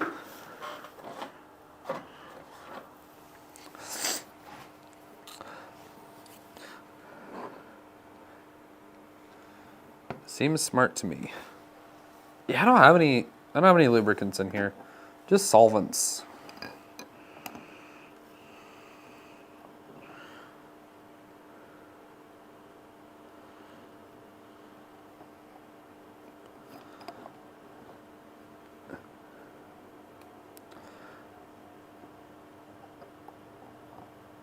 Okay.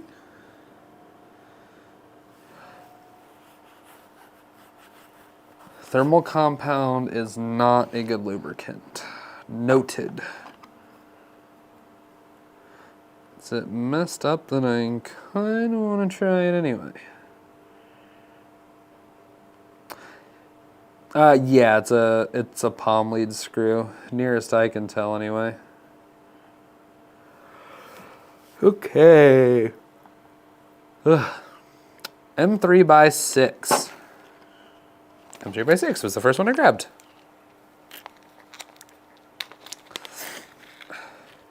I really need to acquire something good in terms of a lubricant to use because all I have on hand is an old... Yes and no, Calyx. So your Z-rods do need to be lubricated periodically. Like, it's a good maintenance step to clean them and then lubricate them with like white lithium grease. I think silicone lubricant is fine. PTFE is fantastic. Loyal recommends Super Lube, which if I'm not mistaken, Super Lube is, it's either silicone or white lithium. Which, conveniently enough, that's also what Raise 3D recommends.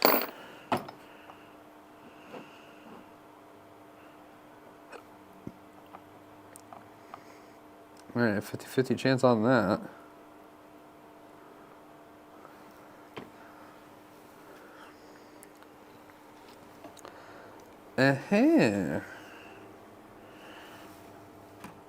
Lead screw time.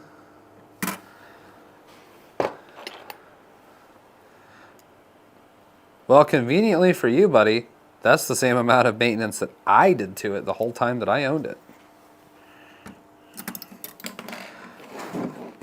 Hey, come here.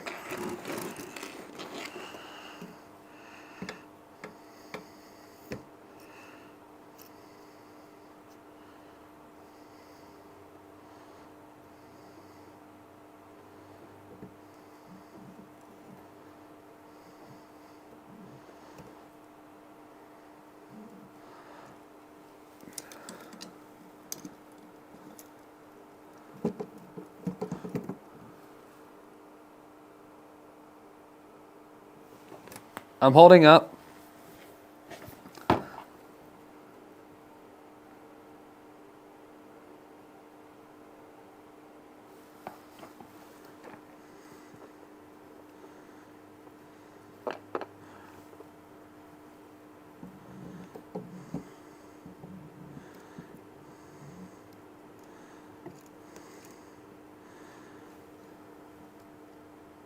Stick out the top of the bed, not the bottom.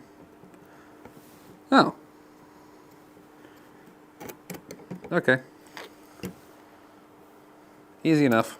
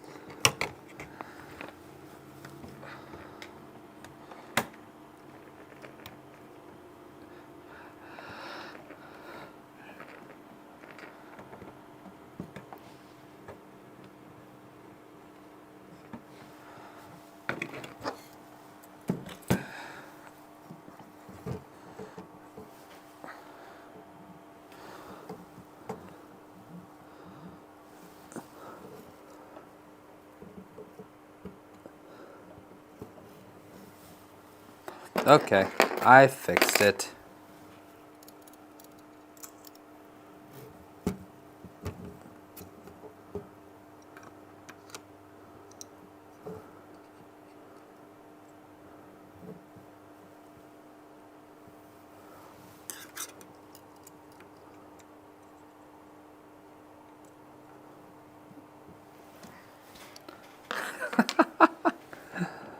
It's not that bad.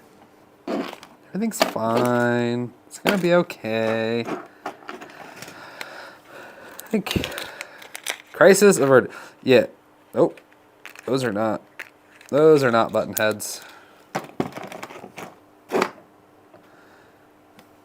Hello, sixes, eights, tens, sixes, eights.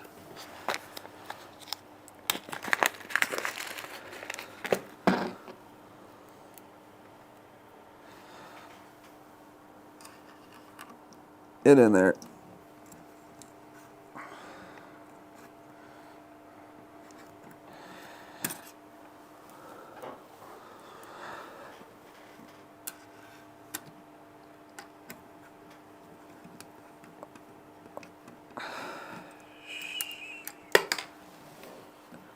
Damn it.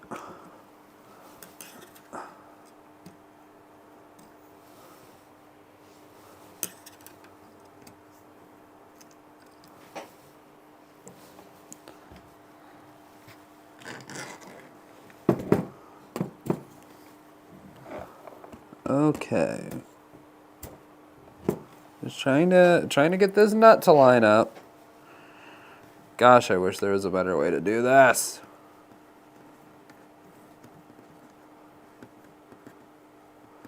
And I think we missed again.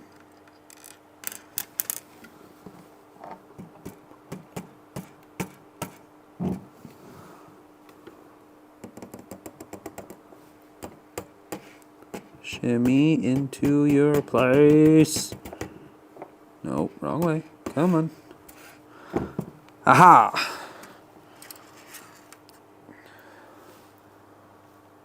Okay.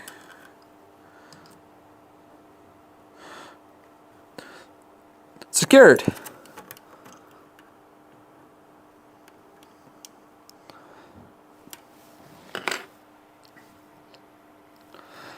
And look at that.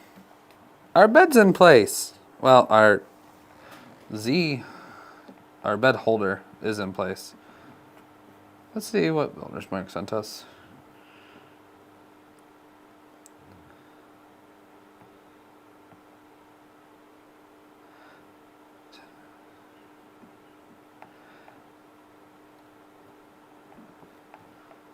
Mark, was that just a is that just an end stop that you have floating around on one of your machines?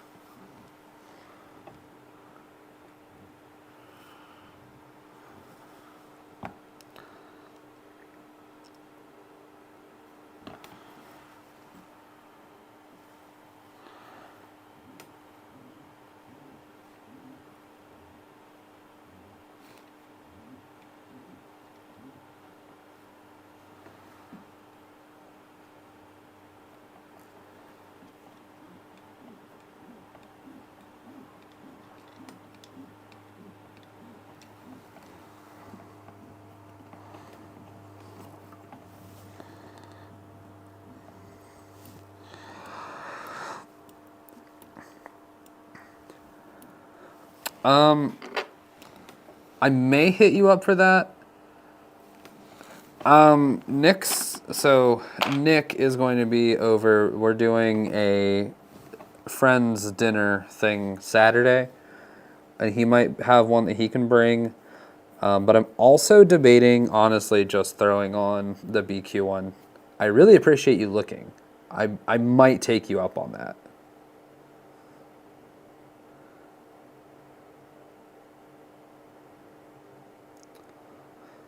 Move your bed assembly all the way to the lowest position. You want to make sure that our motor and lead screw assembly is in line with our TB nut block and the backlash nut assembly.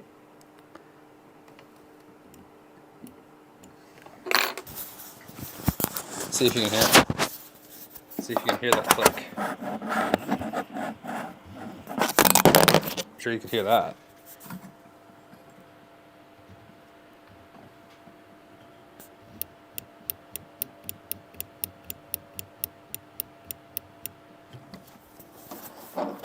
Yeah, it clicks. I did do that right.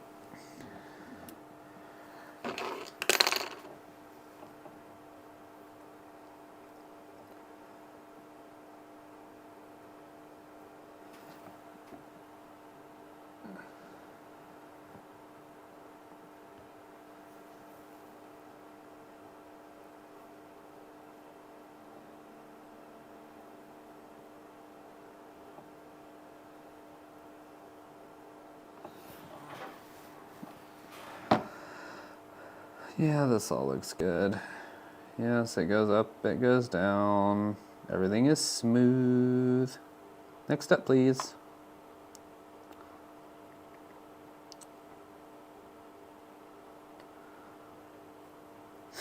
Okay. Nope, I just about flipped this upside down again for no real reason. We're just gonna move it out of the way again. I love how portable this machine is. Time to get to work on the x-axis. We're on page 115 in the instructions. So there is stuff happening. Okay. This looks like a thing that we're gonna need. This looks like the other version.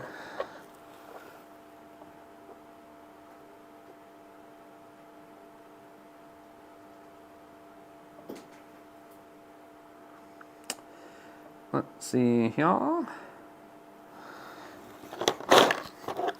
Okay, need that one and that one.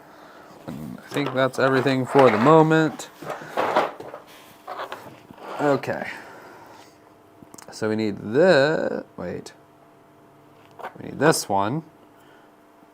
Yep, that looks right. And this gets 2 heat set inserts. So it's time to bring the heat set press back.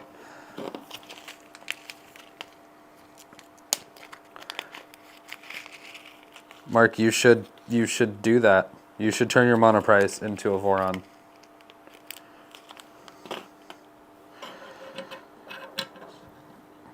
Okay. So this piece gets 2 heat set inserts.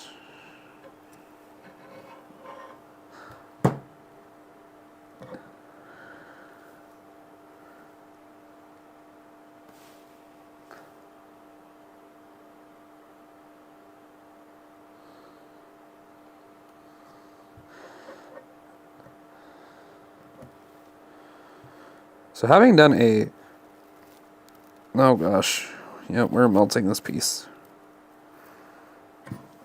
It's not that bad actually. I've seen worse. You can use the tiny printer to print prototypes.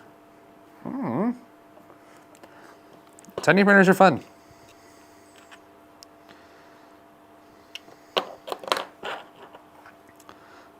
They're pretty adorable, man. Okay, so this got 2 heat press. Yeah, use the little printer to make a big printer.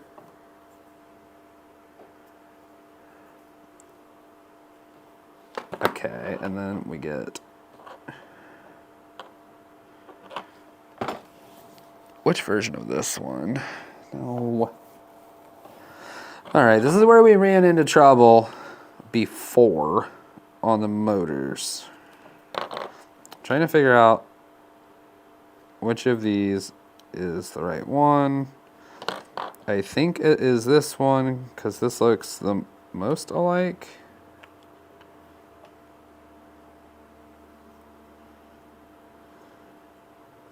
Like those holes line, oh wait.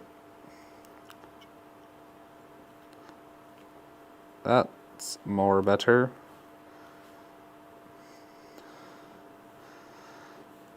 No, I think that's actually it. Tiny totes adorbs. See, that's the spirit, man.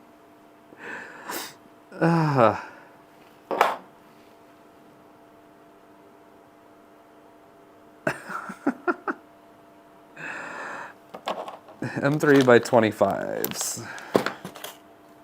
Those are 14s.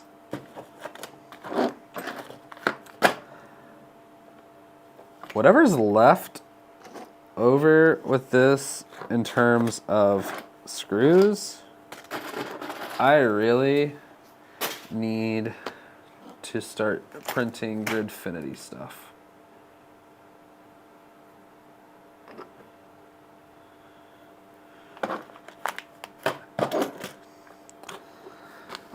So,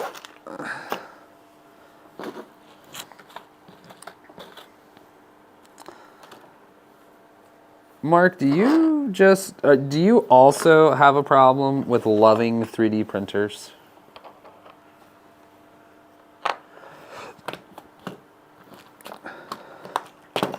Or do you just run them until there is no running them anymore?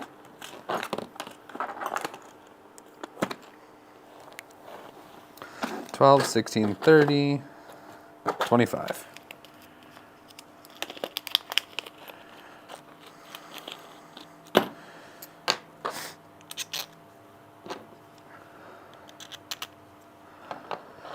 Okay. Starting to run out of shims.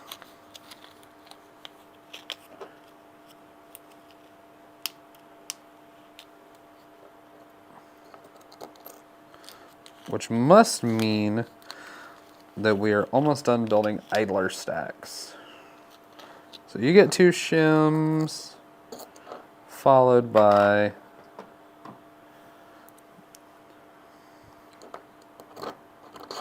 two bearings.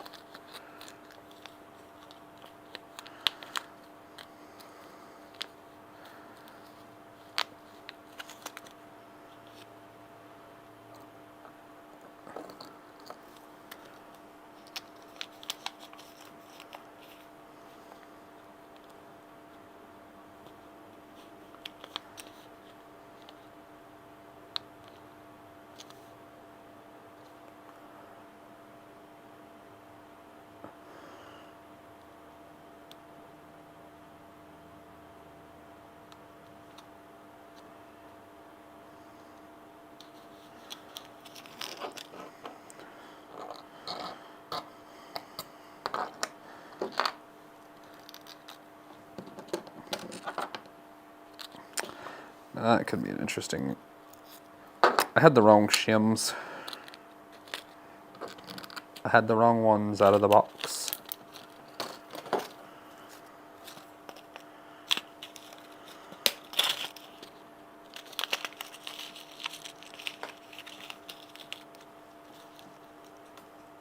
I don't know where else I did that.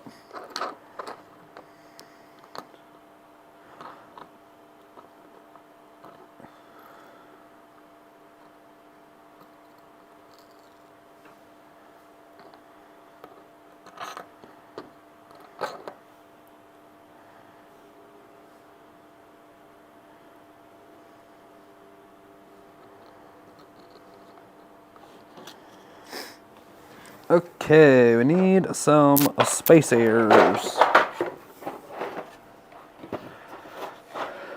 Are these different spacers, or are these more printed spacers?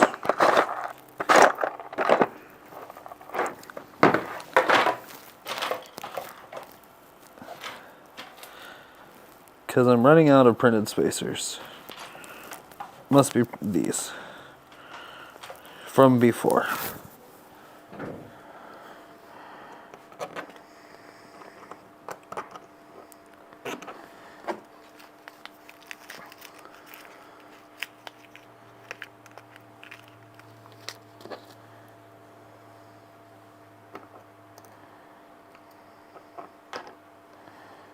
What are the odds of that?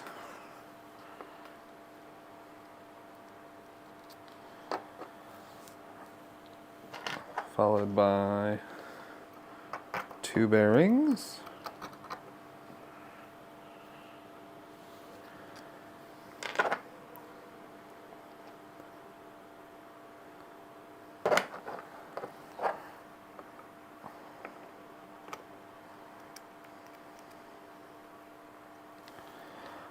All right, let's go ahead and get these fastened in.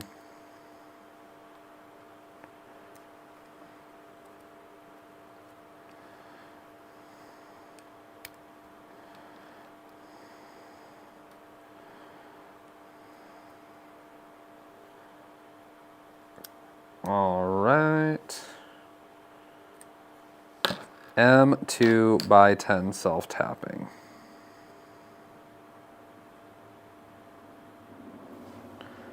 Boy, that looks cattywampus.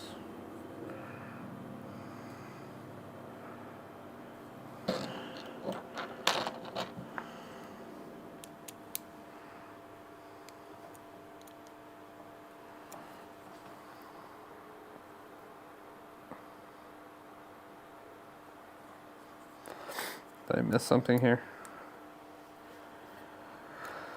Huh, man. Oh, I did. I missed a couple of shims. That's why it started to go wonky.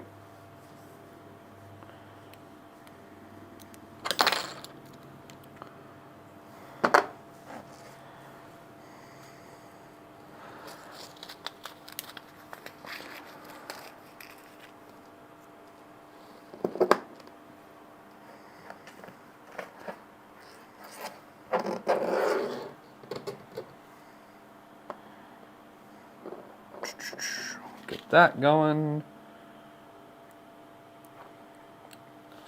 I will say, other than me being a menace to myself and breaking that end stop,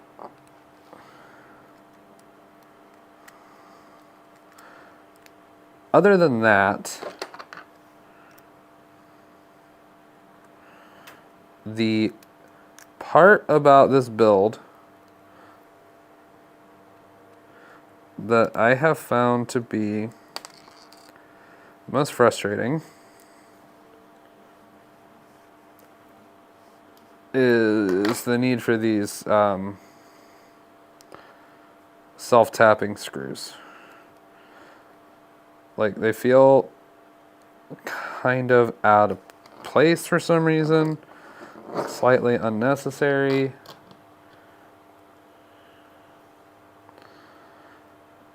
Might just be a me problem. It might just be a not a very good gripe, but they're slightly annoying.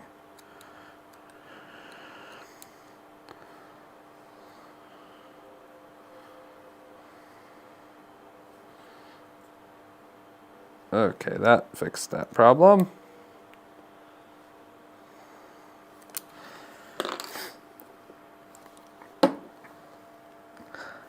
And these are M2 by 10s that are needed here.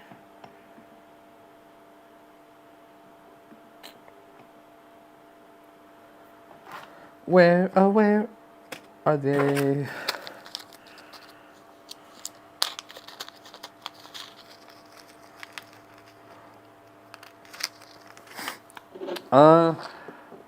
Maple Leaf makers, do you have any idea why there are two different size shims included, and why the instructions don't seem to really tell me which one I'm supposed to use? It just says M3 shim.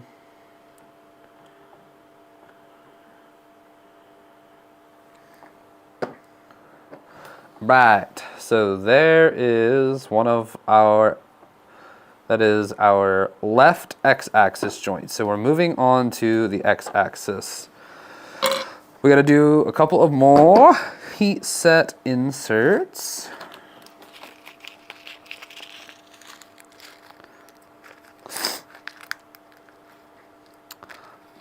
I'm getting hungry, which is really sad because I had one of my absolute favorite things for dinner. This might be a common thing for Mark based off of your geography. I don't know if they have one near you. But I had Bojangles for dinner. And for those of you who have never experienced the joy that is Bojangles fried chicken, let me tell you something. Let me talk to you. Bojangles is the best. It is the best fried chicken there is. That's a hill I'll die on. At least best fast food fried chicken is Bojangles. And my grandparents brought Bojangles home with them from their recent trip down south, and I was very happy about that because I love fried chicken. So getting to have my favorite fried chicken for dinner is amazing. What is what, Calyx? Bojangles? That is Southern fried chicken, my dude.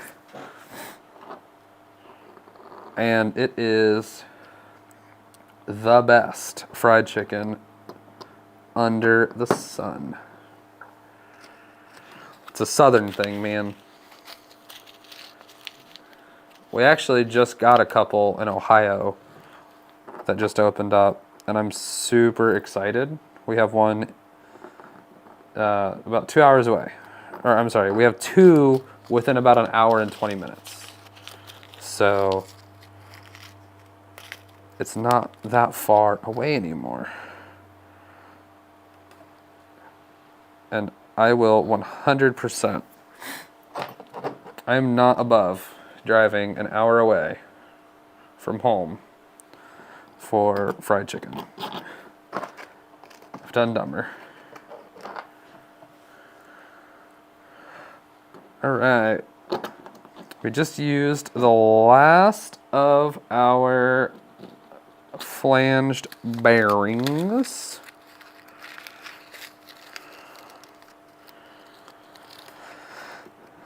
Oh, I'm real sad to go back inside the house. I can hear it raining, and I don't want to deal with that. Do not have any desire, because it is going to be cold, so cold. Just making sure I have two there. I do. Boom.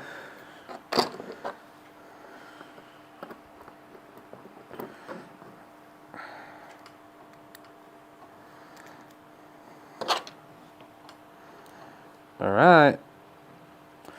Snug that one up just a wee touch.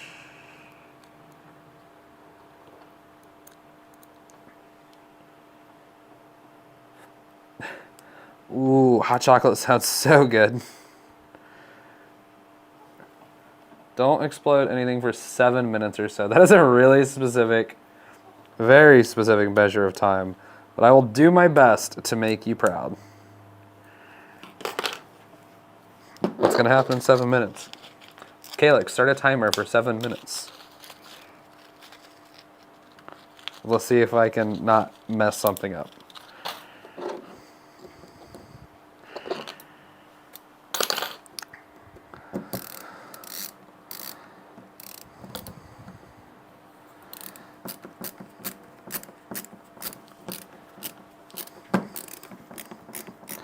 Also, I would like to point out, Calyx and Builder's Mark, this is stream number 3 in this series, and we have not needed medical intervention yet. Just saying, boys. So, now we get to use our super lightweight X-axis, which conveniently, excuse me, huh.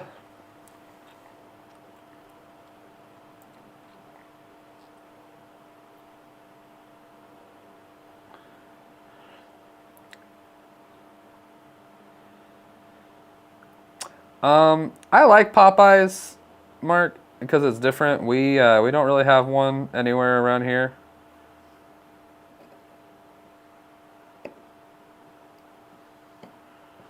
The closest Popeyes to me is 20 minutes away. It's a 20-minute trip down the highway. M3 by 6.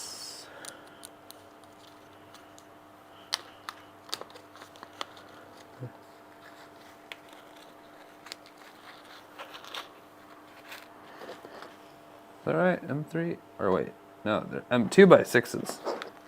Aha, the M2s are making a comeback. It's getting cold out here. I'm gonna have to turn the heat on, I think, today, guys. 2-year plan. Why do you guys not have any faith in me? Gosh dang it, these are the wrong screws too.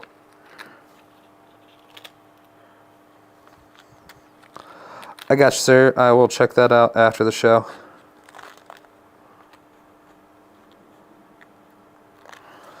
Okay, it's the wrong screws again. M2 by 6. Are these the right ones? Yes. Holy cow.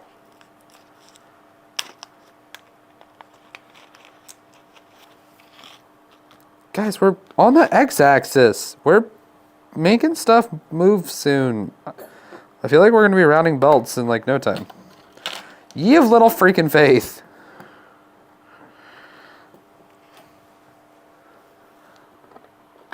I have so many bags, so many tiny bags of screws, so many tiny bags of tiny screws, dude.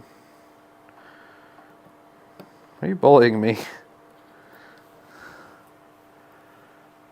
Yes, no, maybe, I don't know. Can you repeat the question? Sorry, Calix, that one might be a little bit too old for you.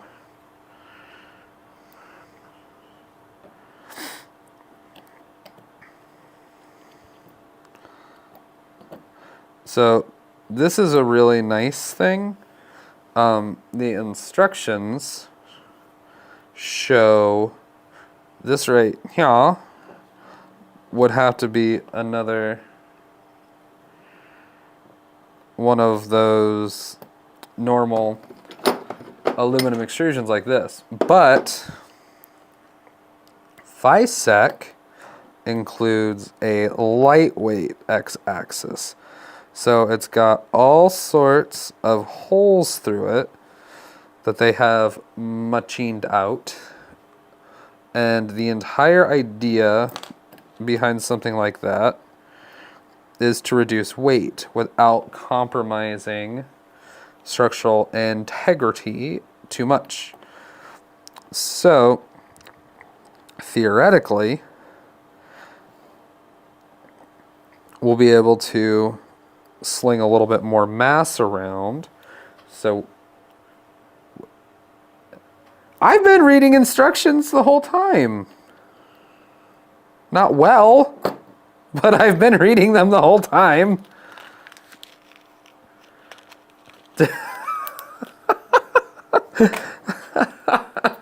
No, I've just been making this up as I go.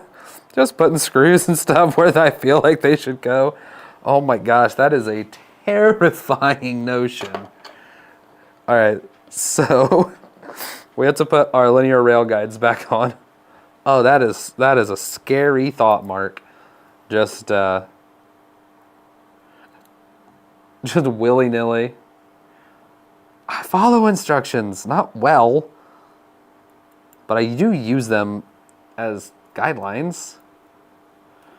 Not like this, the Voron build. I have been trying to follow the instructions really well. Other machine assemblies in the past, like I got to the point where I definitely did not need the instruction manual to assemble an Ender 3. Like I can put an OG Ender 3 Pro together without the instructions. It goes together pretty easy.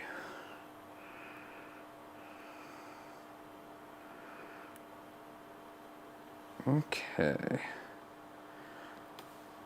All right, so that is our X rail. Now I have to be careful. Just remember the other day when I dropped one of these carriages off?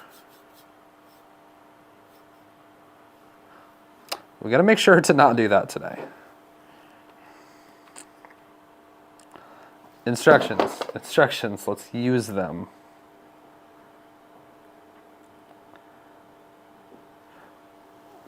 Okay.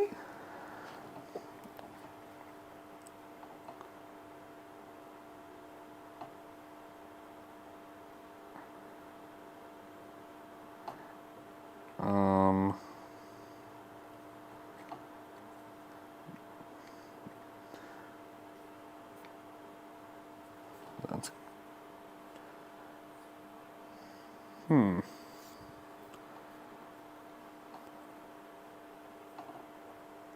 Okay.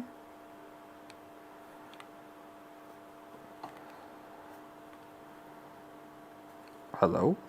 There you go. Get in your home. Look at that. Now the carriage can't run away. Being said, well, there's not been any explosions. Just X-axis assembly. Although, something I'm curious about.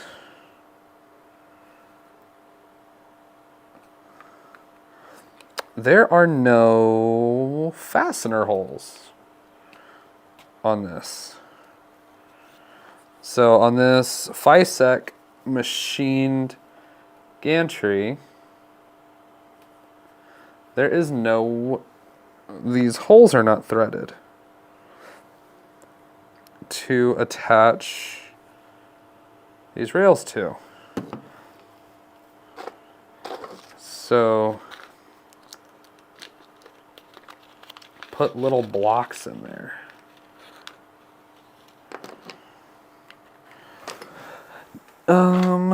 Well, gosh, I sure hope they freaking included them. Is that these? Are there two of these? No. What do we got going on in here?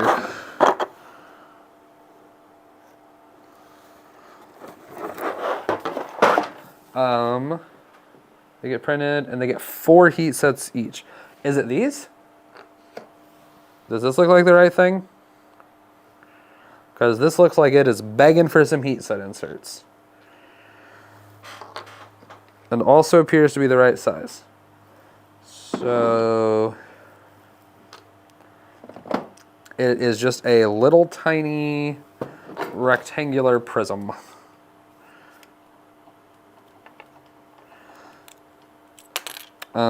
No, battery door, stay on the calipers. Yep, okay, we're gonna send it. As soon as I remember, there they are.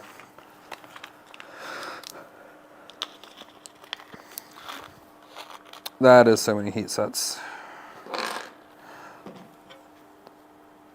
So is it winter time in the Great White North already? Like, I genuinely don't know how cold it actually gets in Canada. I've never been there.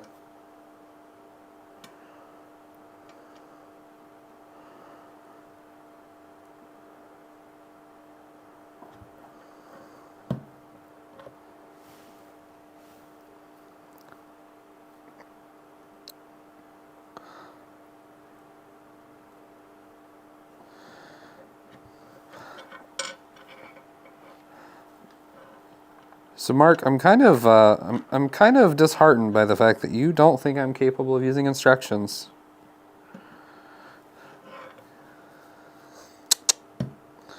We're doing just fine. Calyx, it is not summer. It is actually fall now. The calendar says fall. It's bowling season and you're in school. It is fall, not summer.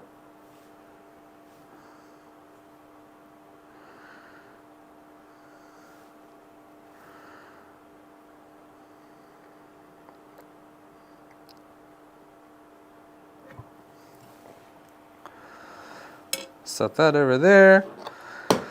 We're using our like table situation for our heat set press as a big heat sink.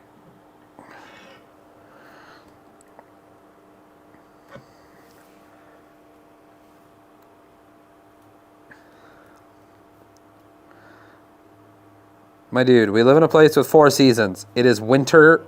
It's not winter, but it is fall. It is not summer anymore.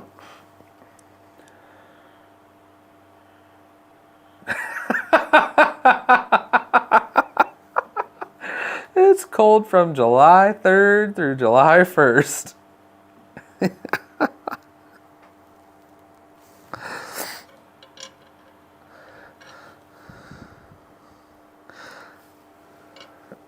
Did not get these ones in far enough.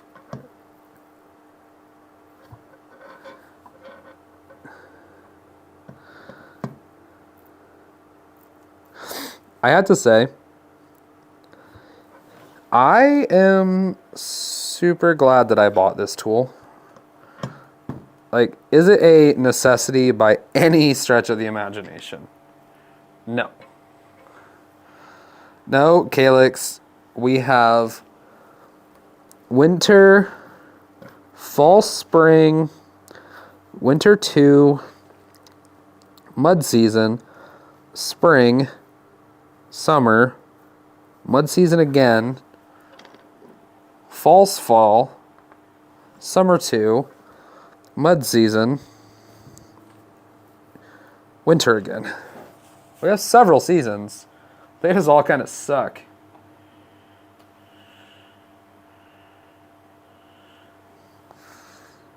They will probably split in half and scare me. I'm up for the challenge.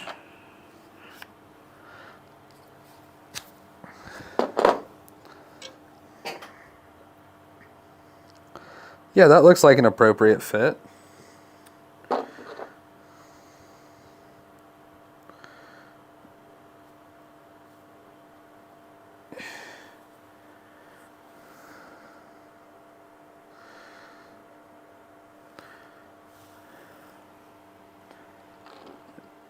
Button head screws. 12s.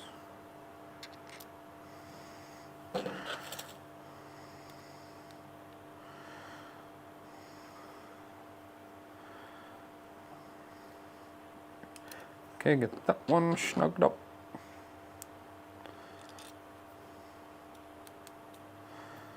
Get that one snugged up.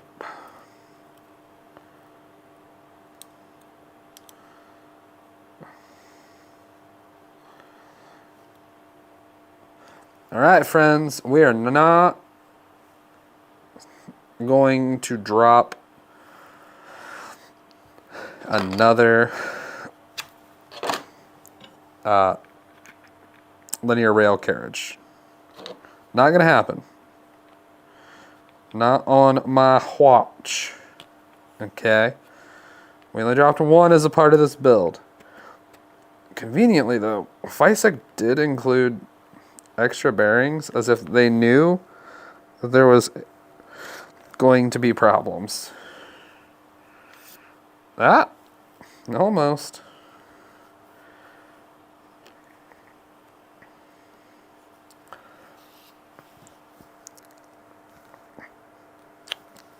Get in your home.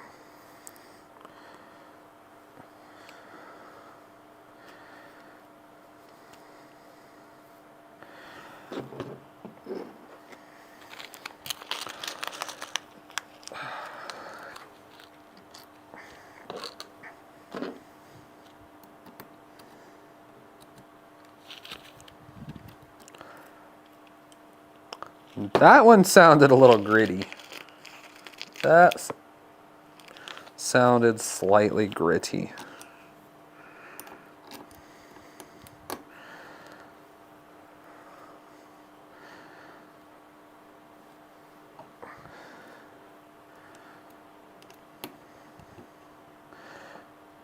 I have to say, I almost dropped this whole bag of screws. And y'all, I don't know if I have that in me. I don't know if I have the strength for that. Let's see, M3x6. All right. I need a couple of minutes. You guys stretch and grab a drink, and we'll be right back.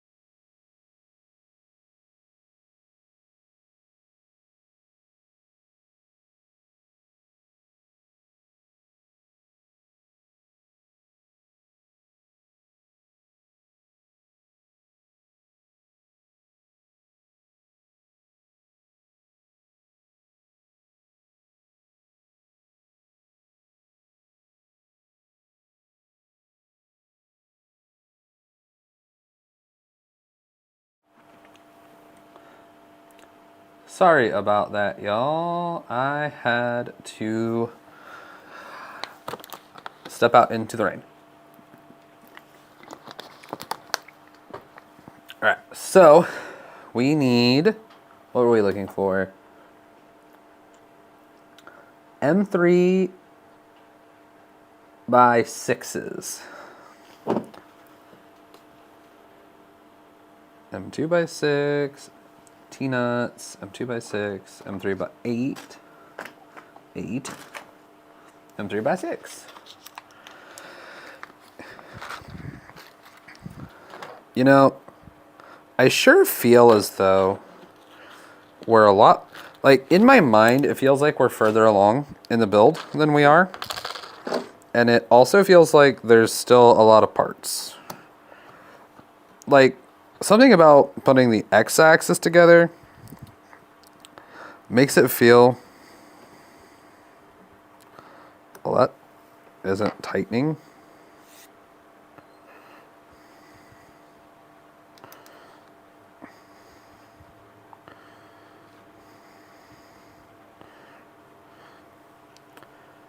Is the M3 by 6 not going to be long enough?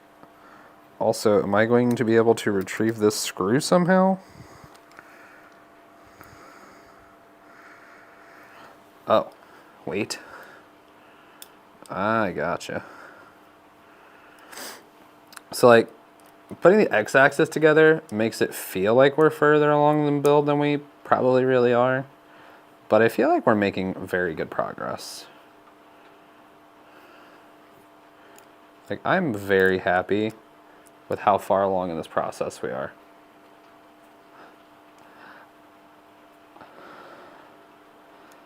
Yeah, I'm inclined to believe that there are definitely going to be some extra parts left over as a part of this project.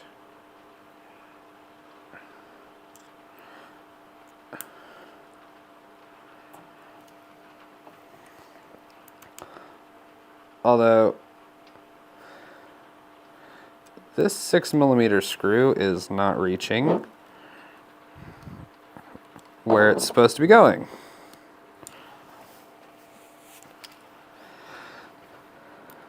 I mean, it really does feel like we're almost done. I just have to figure out how in the heck. So like the original instructions call for this to be an M3x6, but it does not fit. Like, I do not feel it biting threaded insert. So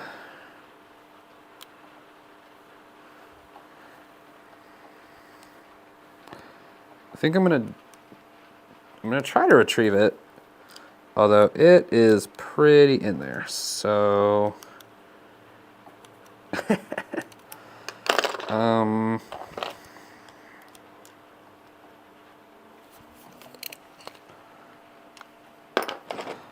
I hope I can get this out.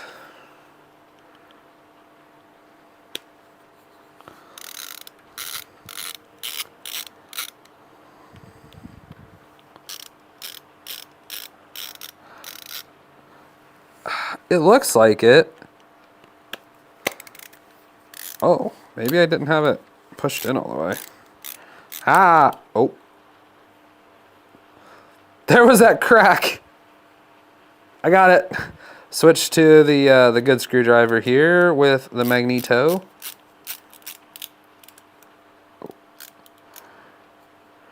Oh yeah, it definitely cracked apart.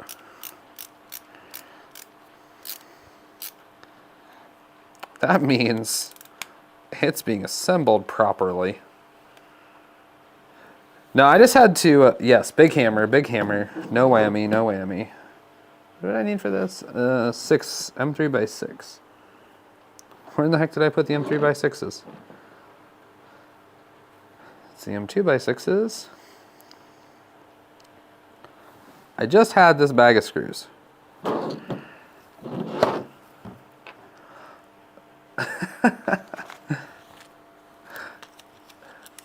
So,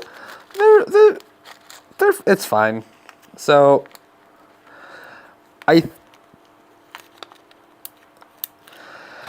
the big thing is the part that we installed, those little spacer blocks.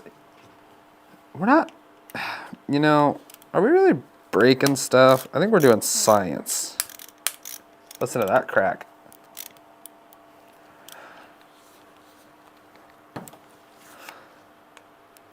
These are really more acting as like a printed backer or something.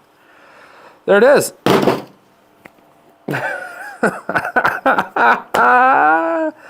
Oh gosh.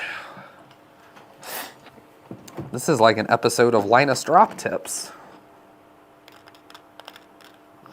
Put these away.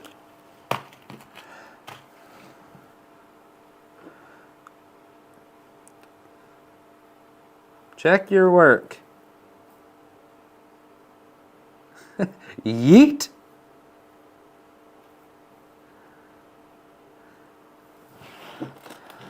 Yep. Yep. Looks good. Slides smooth and true. This is going in the printer. Here is the printer. This frame is chilly.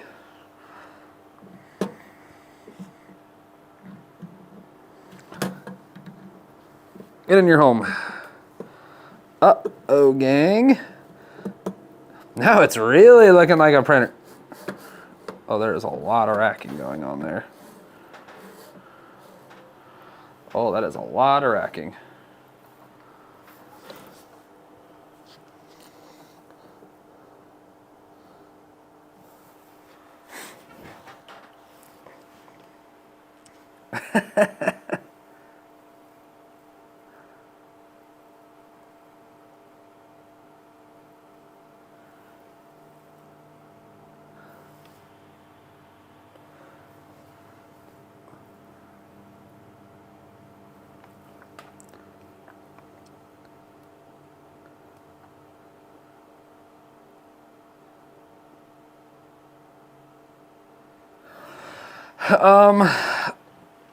So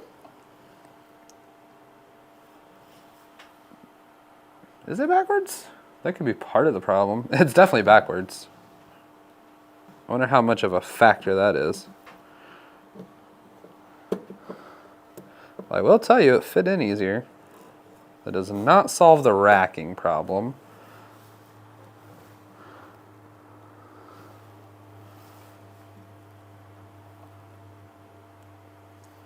Got it.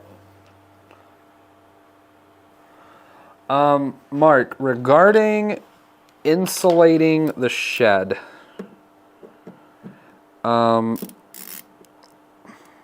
hopefully that is a project that is not in the too distant future. I would like to have that done this winter because I don't want to stop filming out here just because it gets cold. Like, I have a kerosene heater. I don't particularly want to use it. Wow, somebody really drove these tight.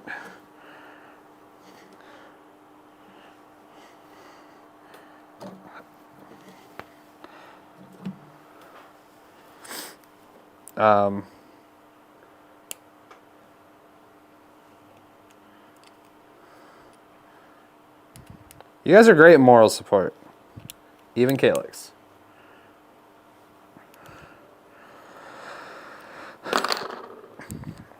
I'm really hoping to be able to insulate out here sooner rather than later. Oh, that's good. Smooth. Smooth, baby. I do need an Amazon wish list. I use affiliate links for everything. I even send my friends and family affiliate links when they ask for a link to something, because my thought process is, oh, that's so buttery smooth. My thought process is it costs them $0 extra and I make dollars. Galvani, welcome back. It is not done yet. Not quite. It's closer.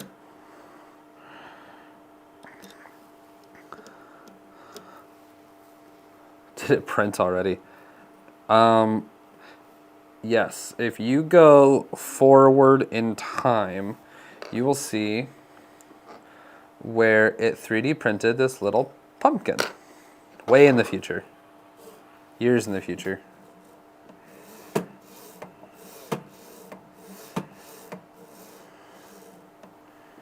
It's pretty good.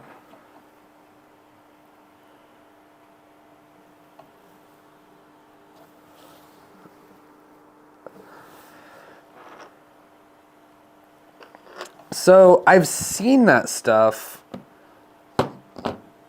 and I have thought M2x6 flathead screws. Okay, so I've thought about using foam.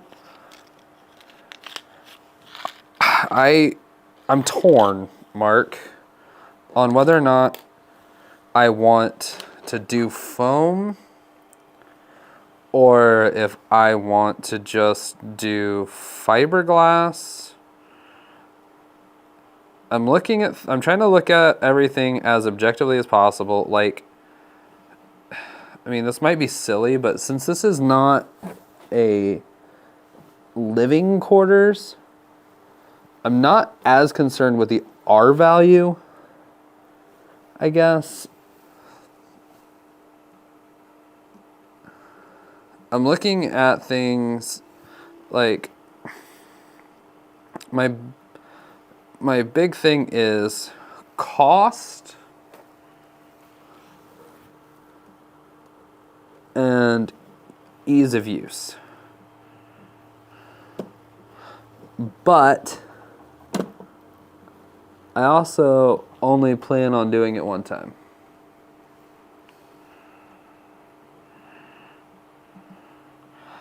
Now, if it's going to be significantly better and also easier, foam is a possibility.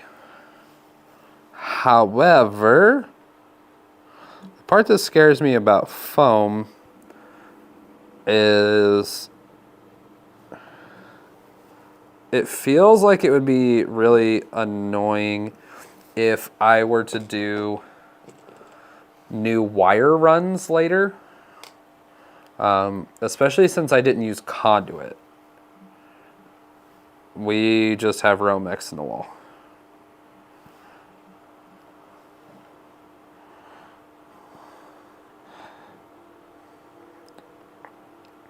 Should I have used conduit? Probably.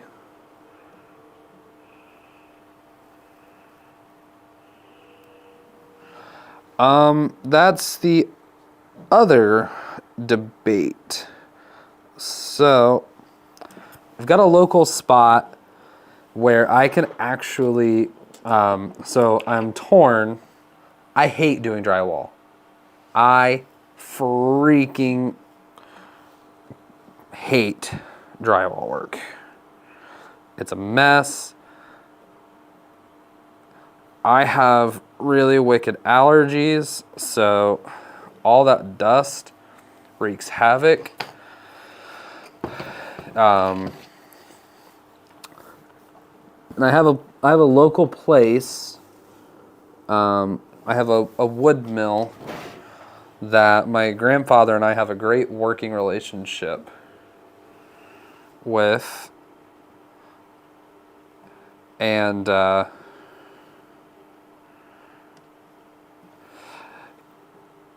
I'm thinking about having some shiplap custom cut and just doing a really thin shiplap because it'll look really nice, I think.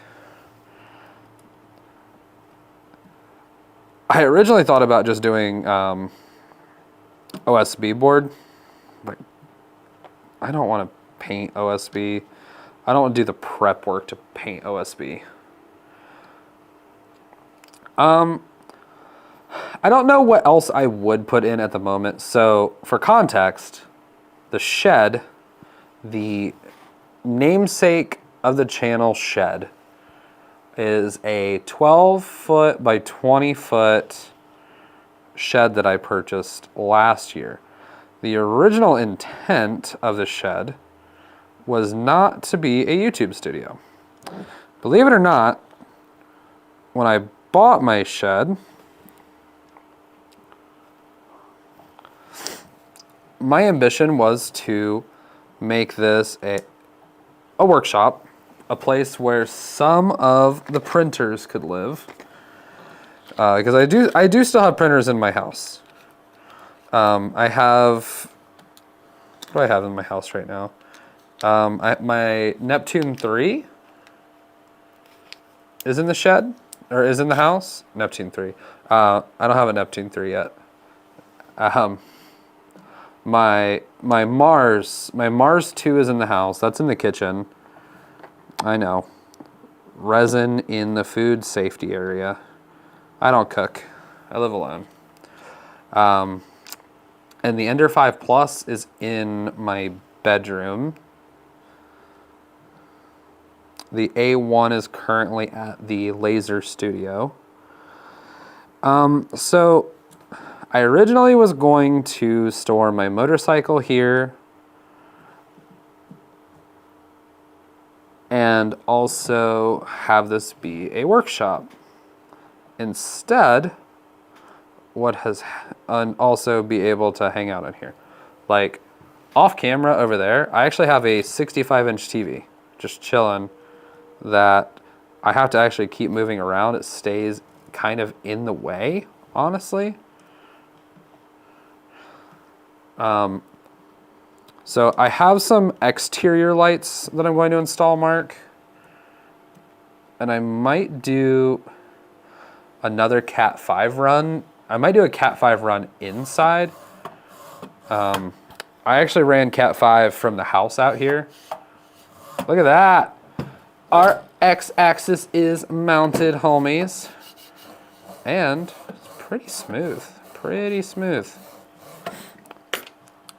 So, shiplap is a contender.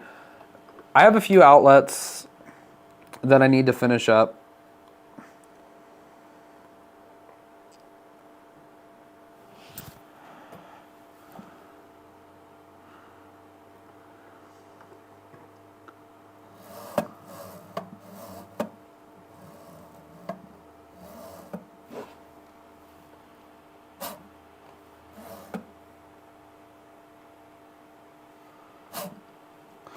Do I print as a business? Nope.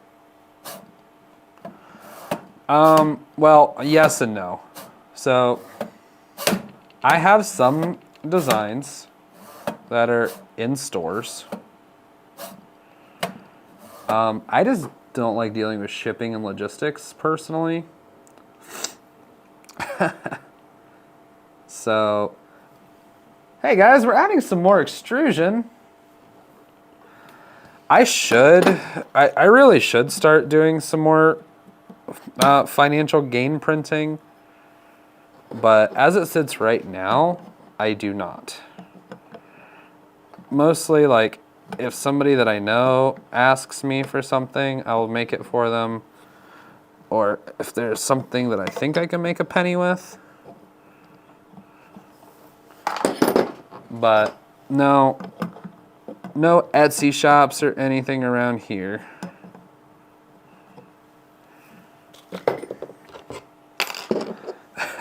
I just really like 3D printers. So, like, another content creator that's pretty popular, really growing, especially here lately, Loyal Moses, he's a filament guy.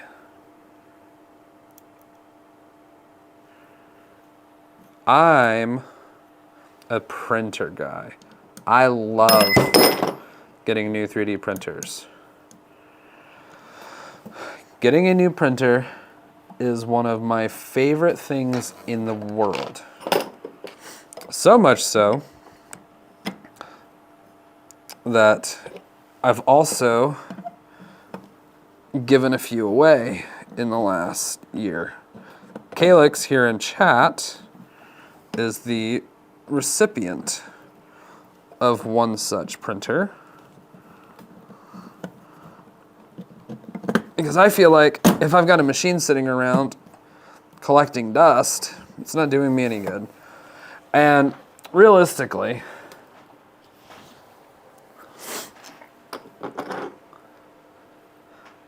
won't build itself. Calyx, I've been working.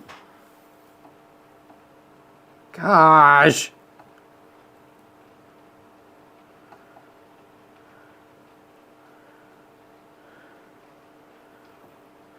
M3 by 10s.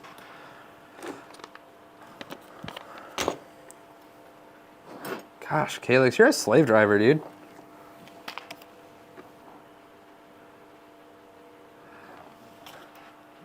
Ah, dagnabbit.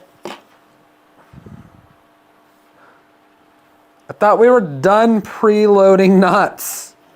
I thought that was over. For some reason, I thought that was over. Yet here we go again, on my own, once again.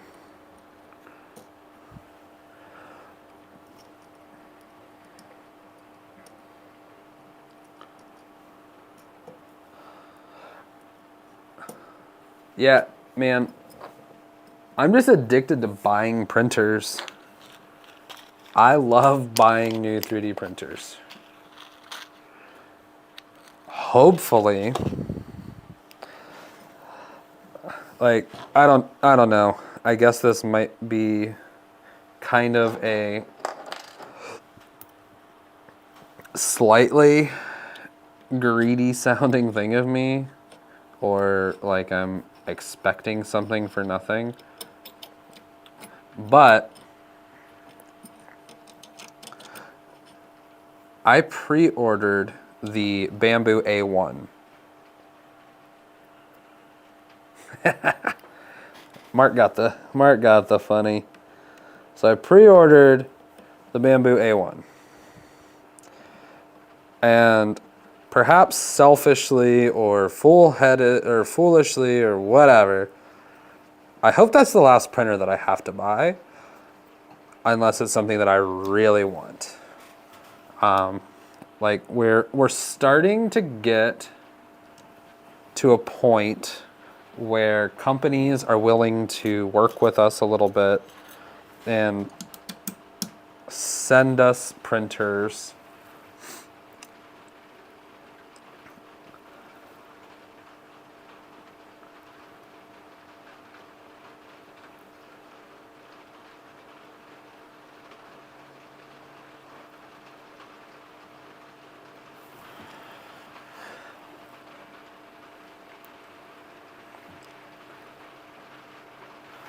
So I'm hoping that the A1 is the last printer that I have to buy for the channel.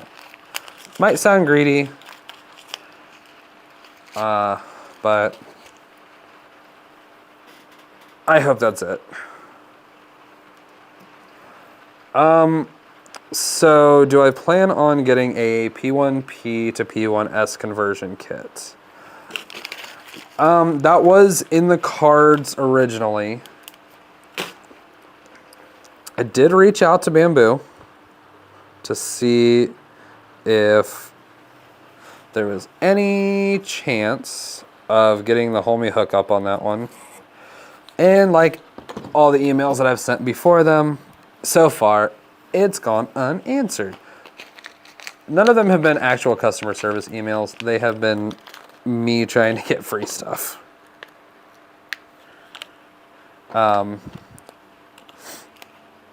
Being said, I do really want my P1P to be a P1S because I would love to have something a little bit larger for printing high-temp materials in.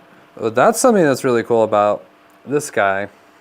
The little baby Voron here is designed to print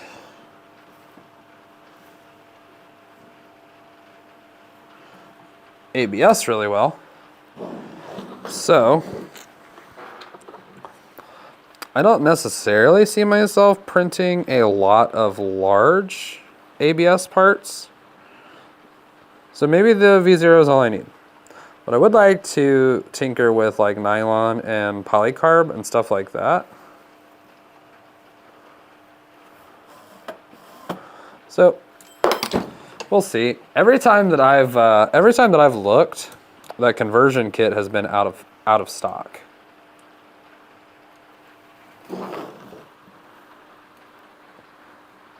Every single time that I have looked, it's out of stock.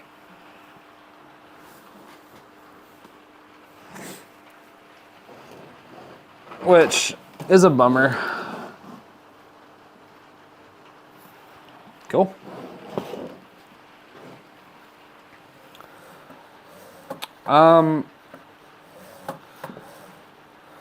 If I'm being honest, I cannot, aside from like a smell and taste perspective,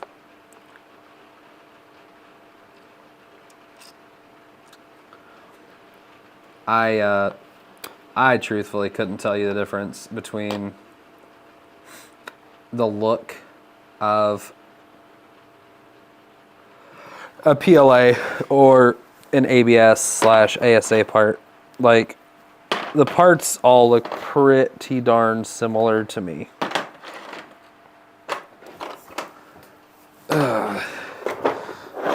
All right, we are moving on. Looks like we are going to get into the world of running belts.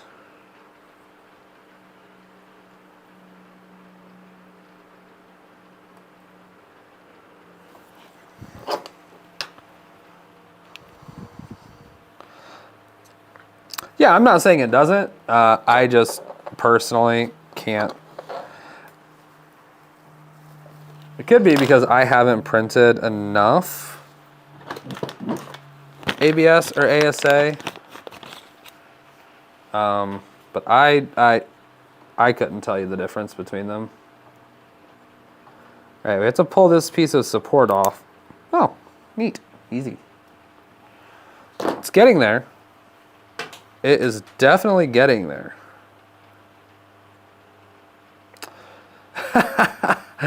I'm hoping it's square.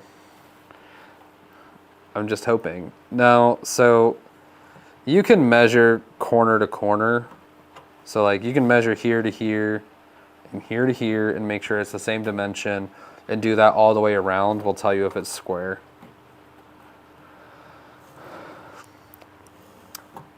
That's how you do that.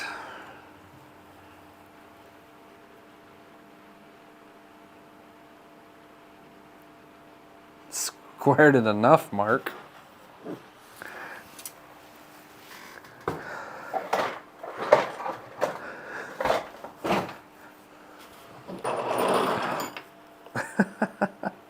Don't tell Nick, he'll kill me.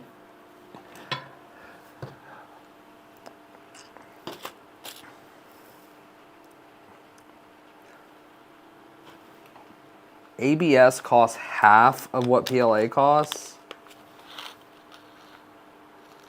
Do you guys have any cool, like, local companies, or are you having to pay outrageous amounts of money to have, like, big name stuff shipped down there to you in Brazil?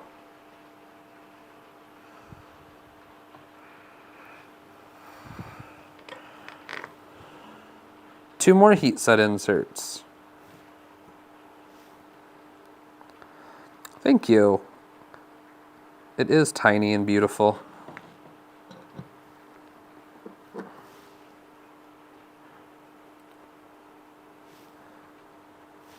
Yeah, Galvani, I'm curious to know about this filament situation you've got going on here, homie.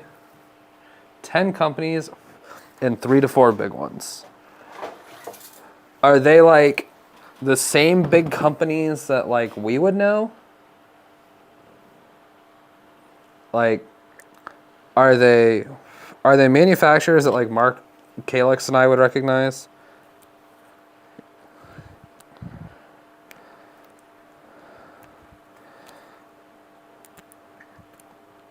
Or is it like all local stuff?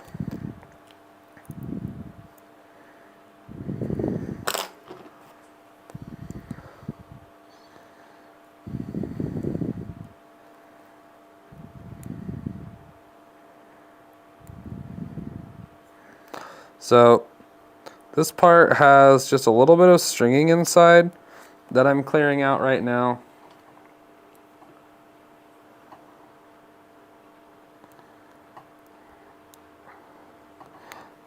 Because we're going to have to put a couple of nuts in here. All Brazilian. That's really neat.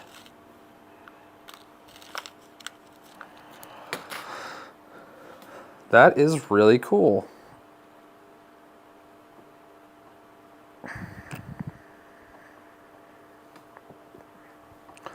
So I'm kind of curious, here in the United States, it is a really big cultural thing for people to want to buy US made products. Do you experience that there in Brazil too? Like people are more likely to want to buy Brazilian made products in Brazil? Or is it just more expensive to have other stuff shipped in, so you guys just go with what you can get your hands on kind of thing? $10?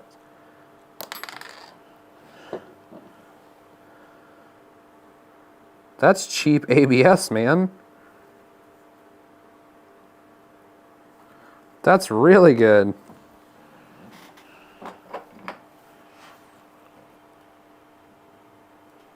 Yeah, $20 US is, I mean,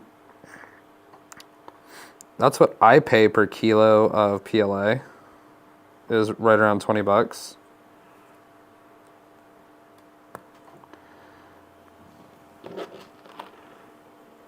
You buy the cheapest if it's quality. I mean, that's how a lot of, I venture to say, the younger generation is here.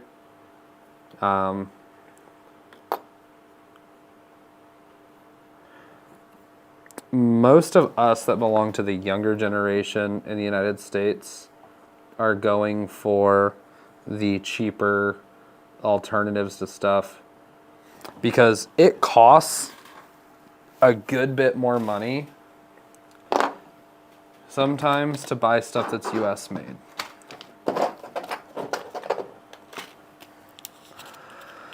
Oh, golly. Guys, it's starting to look like a printer. Like, seriously. I'm getting excited.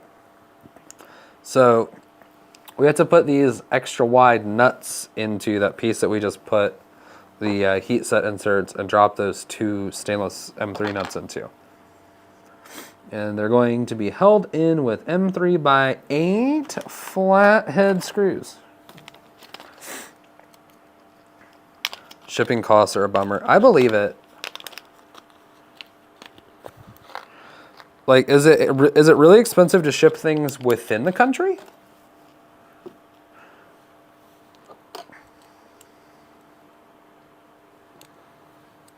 Like, is that an option, or are you talking about like, is that like bringing stuff in from other places, or is okay? So that's just shipping inside of Brazil. Like, it's expensive for you to ship from town A to town B.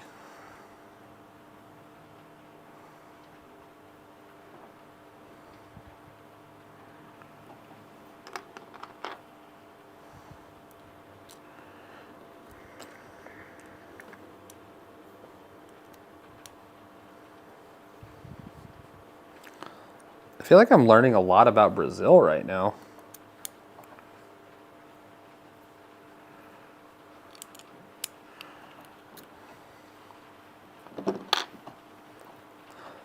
All right, I'm gonna tighten these screws into the printed part, and my goal is actually to strip out the printed part slightly.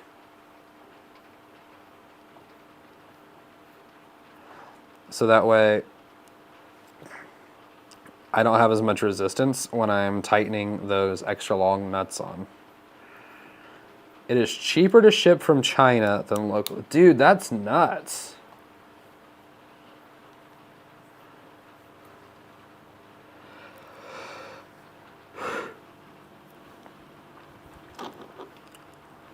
Like, yeah, Mark lives in another state from me, and I could ship him something in a flat rate package for like $6.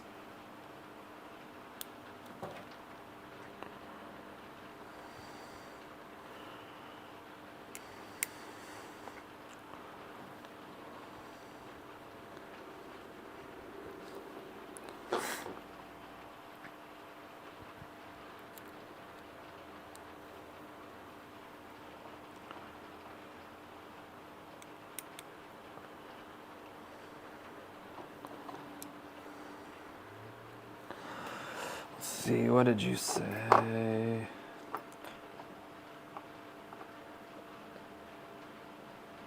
Gotcha.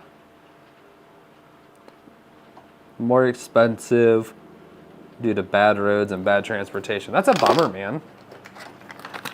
All right. It is becoming belt time.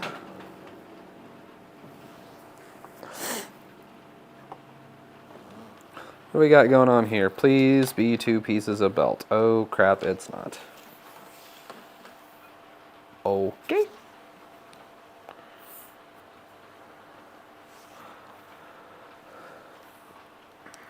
Alrighty then.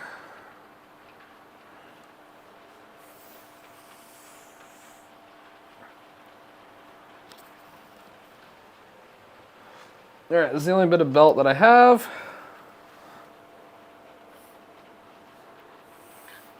So we're gonna cut it in half.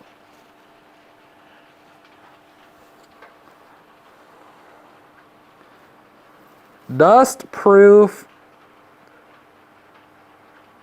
Toa top belt. I don't know. It's not Gates belt.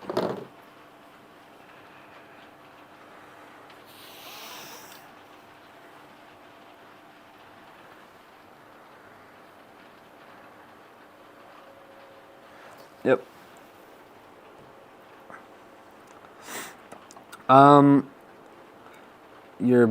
Your question is your belt tension on your bed slinger. Are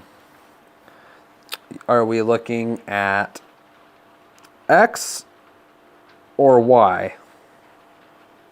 All right, here's where stuff gets a little bit squirrely. It's time to do some belt routing. Our A belt is going to be the top belt, and the B belt is going to be the bottom belt.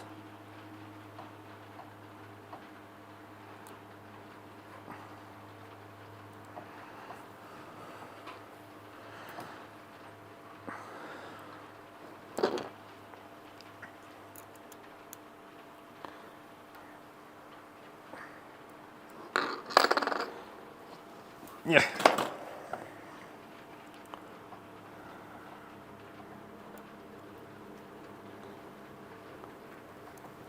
And what are we trying? Thread the end through the X carriage like so. A pick tool can be helpful here. Do I have any picks out here? Nope.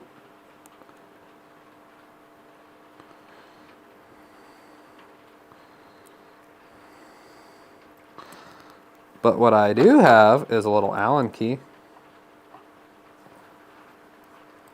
So we're trying to get the end of the belt through this carriage piece.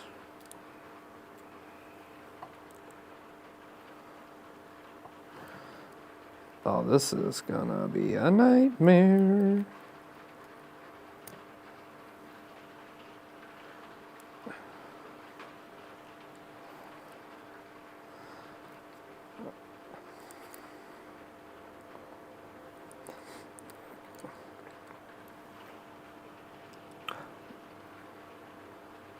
I feel like I'd have to be running this thing pretty quick to catch the belts on fire.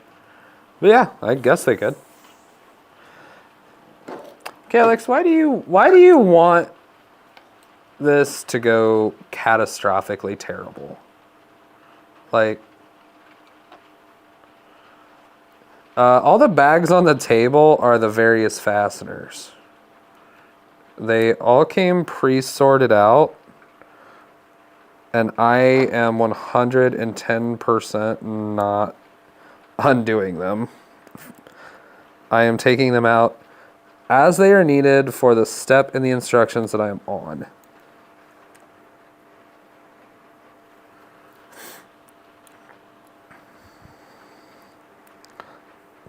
So, Kalex, why do you want to see my downfall so much, man? Like, do you want me to be sad? Is that your goal?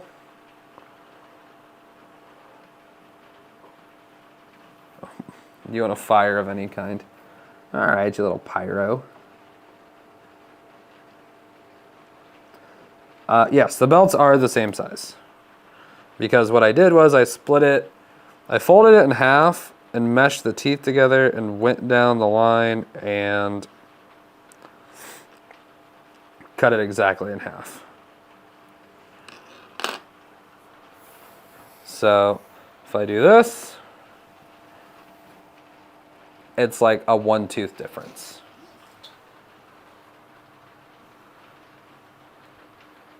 Like as in, it's like 1 tooth longer on one side than the other.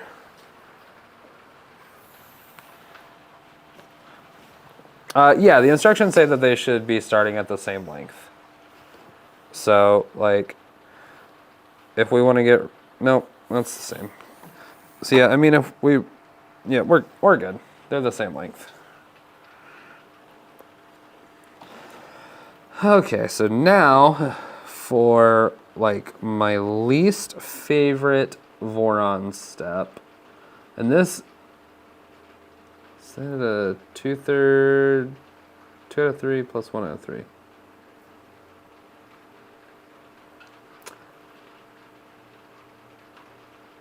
Time to modify and put a belt tensioner. There is these, so our motors up here that we installed last week, these are belt tensioners.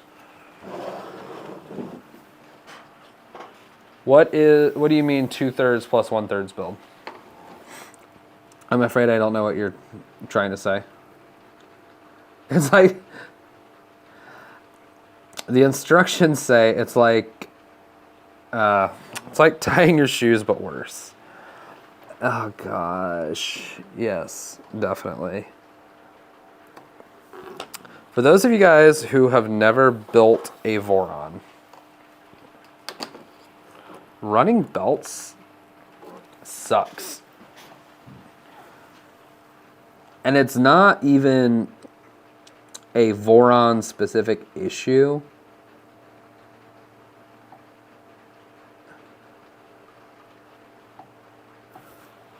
It's a... Yeah, no, the belts are going to be the same size.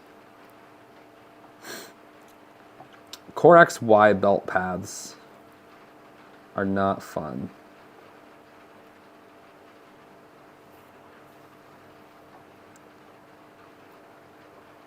No, I'm not fussing. I'm still having fun. I just...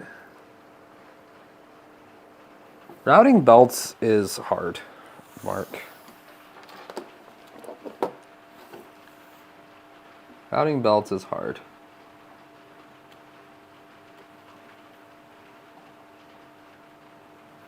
Okay, so that's the top-down view. So, we're going to...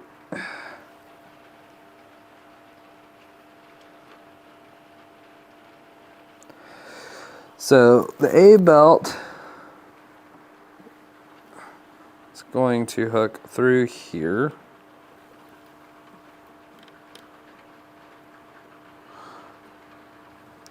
Now, I did learn a couple of things when I was doing the 2.4. I learned a couple of things about belt routing. Let's see if I remember any of it. Because this is like, you guys thought I was annoyed at those drop screws? Nah. This is way worse. Or drop nuts. This is by far like the most tedious part of this build. Okay. So we go around there. I'm sorry that you guys are not going to get good camera angles on this. Yeah, that's it. That's the end of the sentence.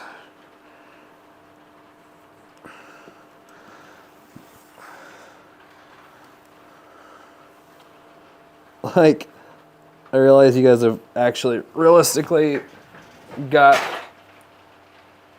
subpar camera angles on a lot of this project, but belt routing is going to be darn near impossible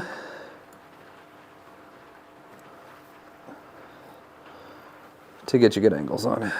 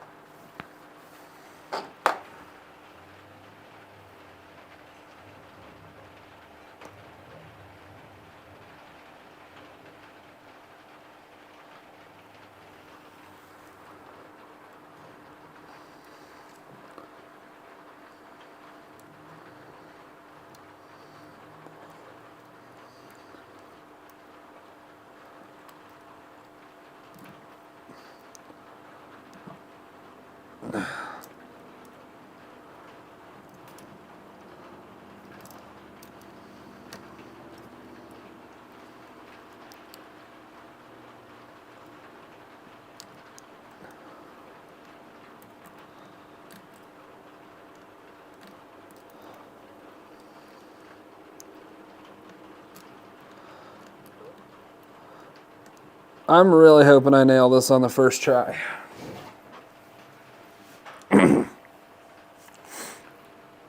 You can't go watch the LM show because it's Sunday. Loyal doesn't stream on Sundays. Sundays are for family.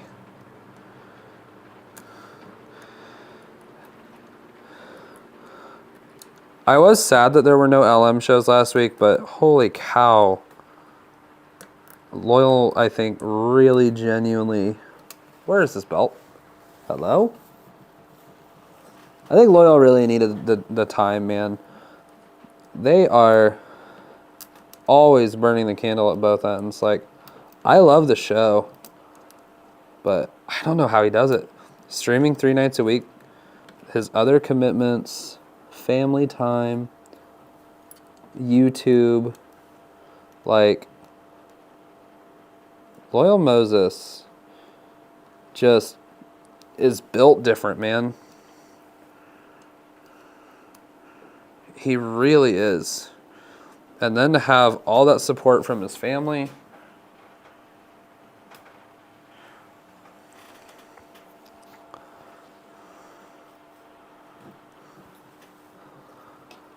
Like, major respect for him. Well, that's going to be a fun one. Now what?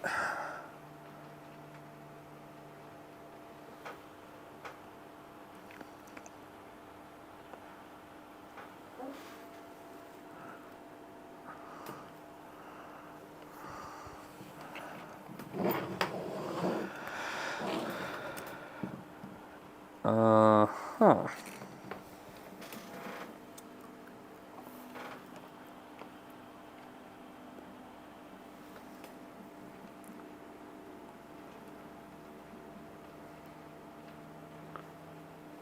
Batman does it on the first try. I wish I were Batman.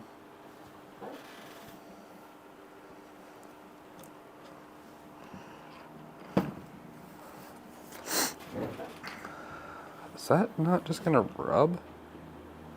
Did I put that together wrong?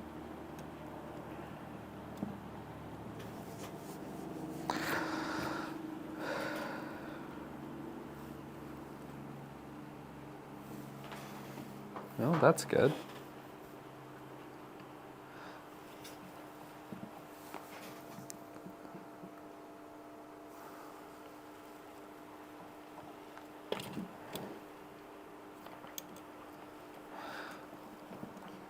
Something doesn't feel right here.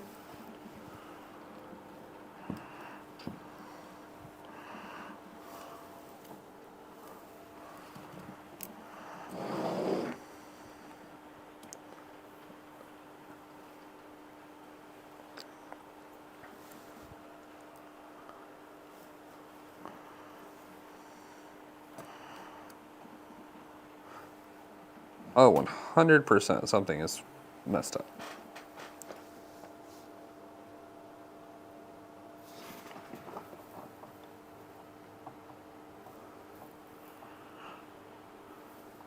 But what is it? What is wrong?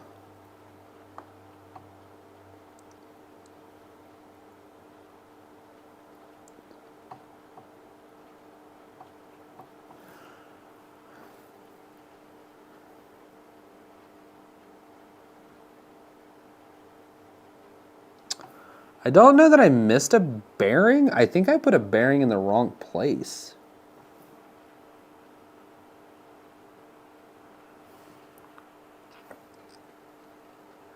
Yeah.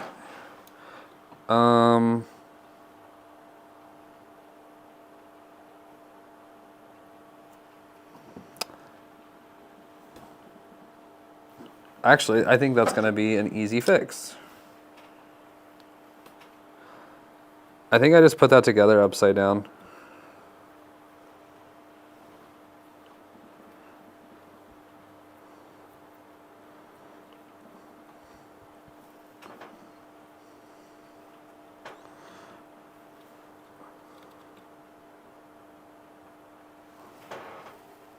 The belt missed it though.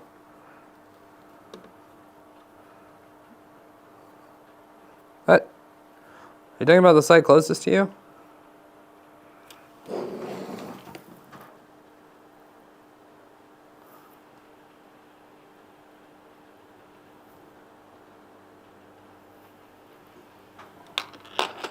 Is this one upside down? See?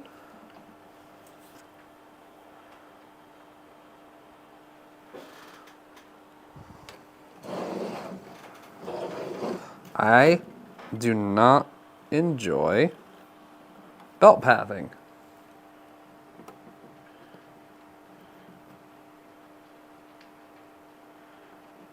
But it looks right. It's the part that I don't understand. Another thing is upside down. Okay. Okay, so this goes through here and comes out the front and then goes around the back. At which point, it meshes with the drive gear inside of here, which is the rear corner.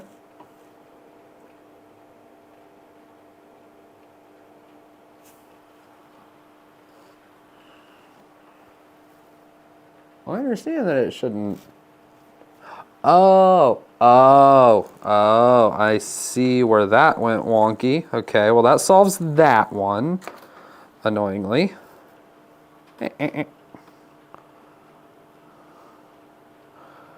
Yes. Okay, I see what you were saying there.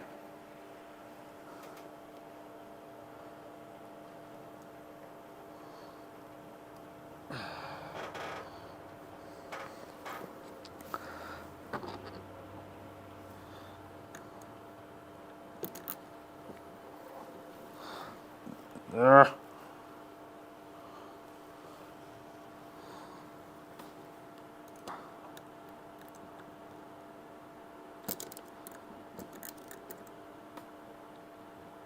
Oh.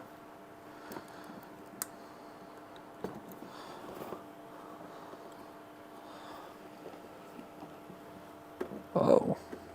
Wait a minute.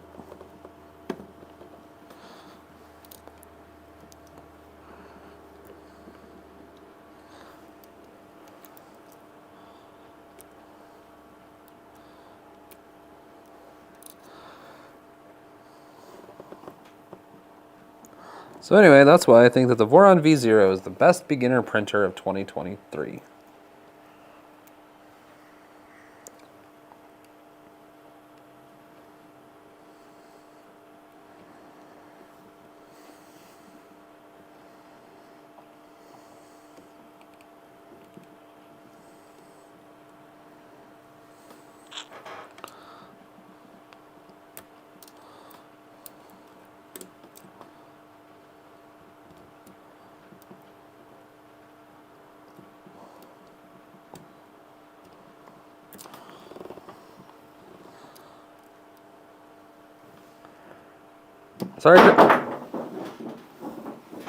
Sorry for being quiet. I'm really trying to get this, and I hope that these belts last a good long time, because I don't ever want to have to deal with this again.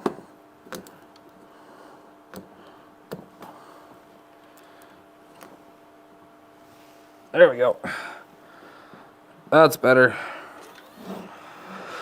Okay.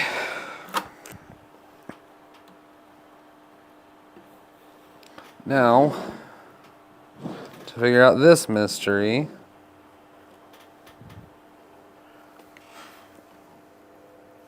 okay, so that is fixed. Now, For our next problem,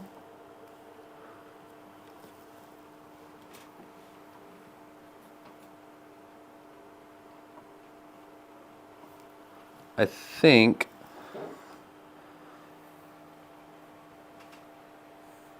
push the belt up. Oh, yes. That does make sense.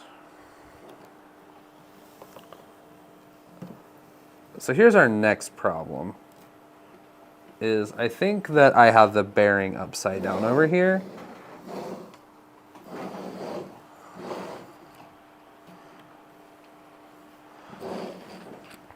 So we'll address that in just a second here.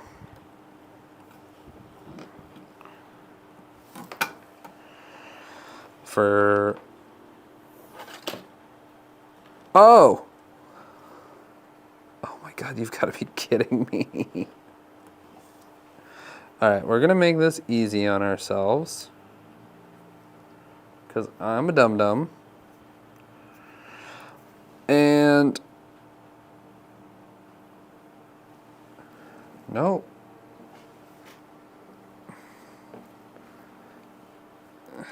Something is amiss here.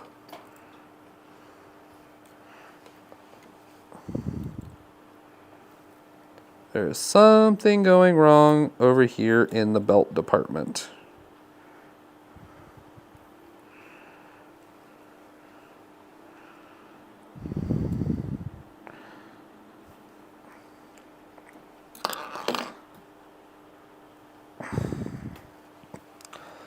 So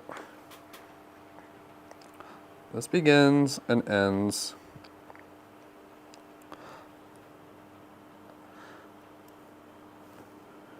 on the bottom.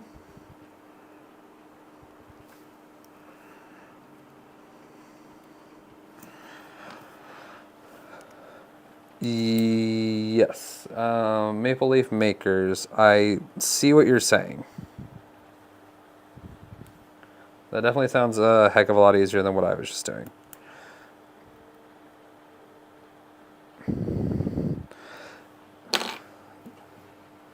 The next problem, however, is it's pretty evident that I have messed something up earlier in the process.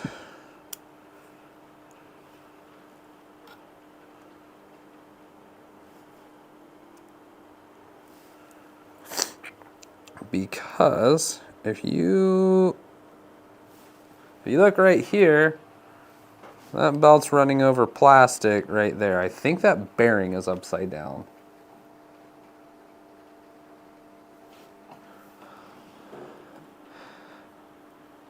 Which, that's an easy enough fix. I can fix that in place without having to take that whole section back apart. The double should be on the back. Oh. Okay, that's an easy fix too.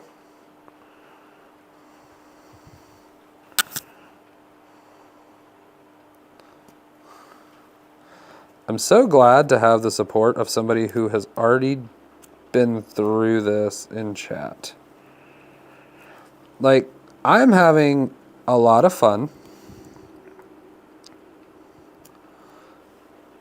And it's not even necessarily that I'm ignoring the instructions as much as some of these instructions are, this is a difficult thing to follow instructions on. So some of the instructions are not the greatest. Like when I was doing a lot of the stuff on my 2.4,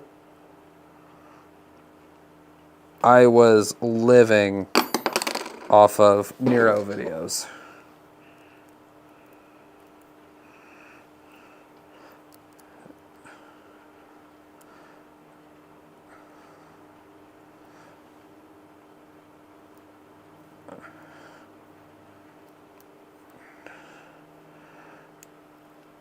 And granted,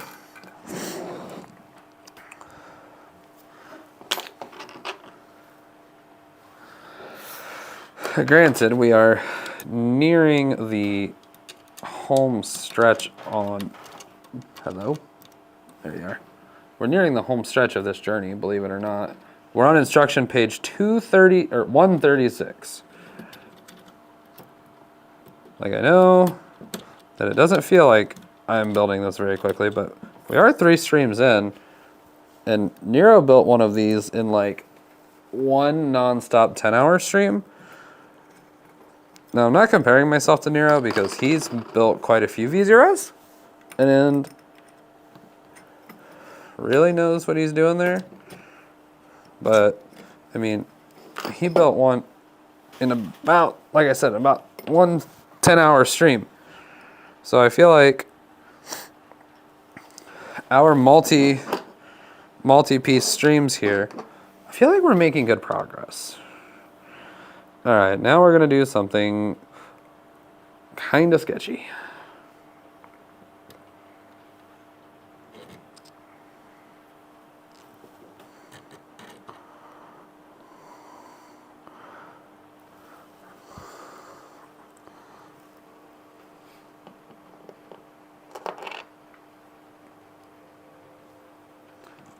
Later, Calix. Thanks for hanging out, buddy.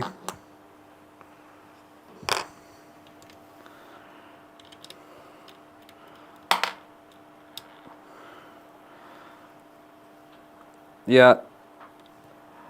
I'm thinking the goal for the night, friends.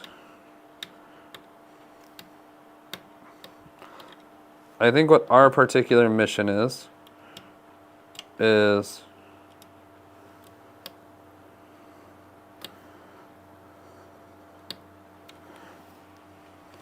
hello?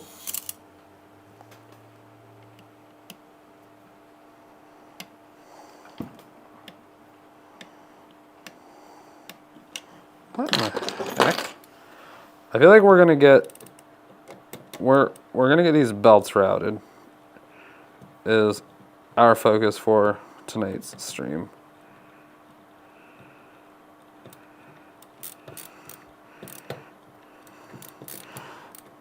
And then what in the heck?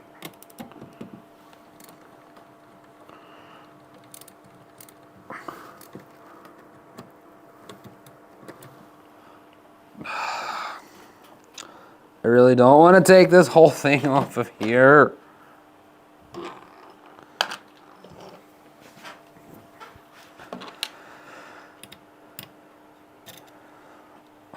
Oh,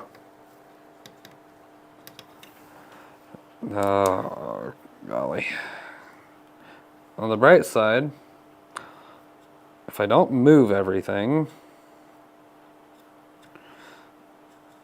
these slotted in nuts should be fine. My hands are getting cold.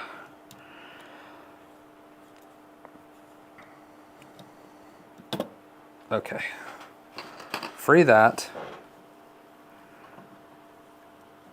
And then we will evaluate this.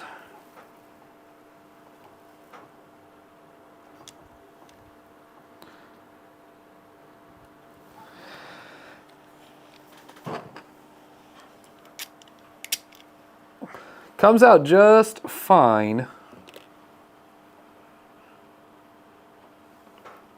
when there's nothing in the way. It was threading into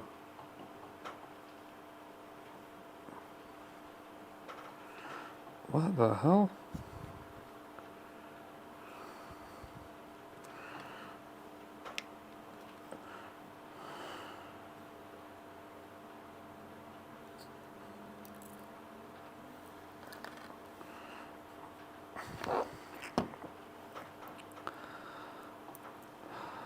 Okay, now can I reassemble this without making the problem worse? You know what? We're not even going to try. We're not even going to try. We're going to solve this problem the correct way. We're going to take this piece all the way apart, and we're going to solve this problem the correct way.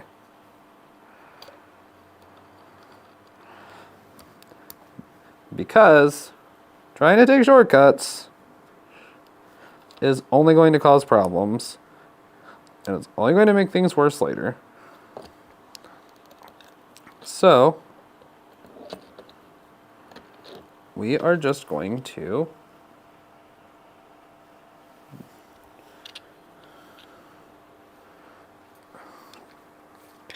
do this the right way. Because I would rather just take a few minutes and fix this.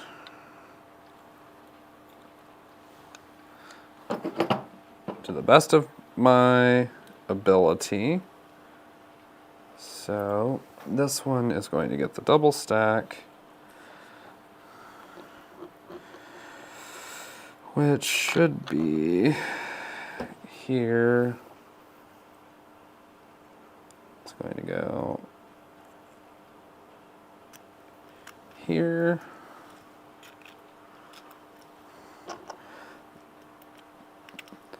Boom.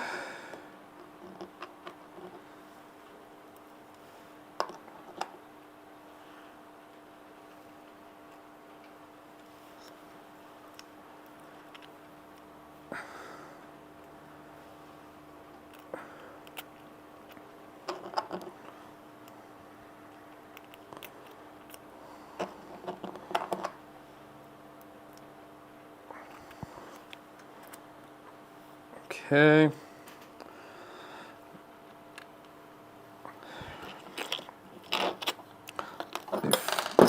Ah.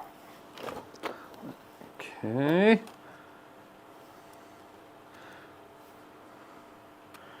All right, so that gets a shim.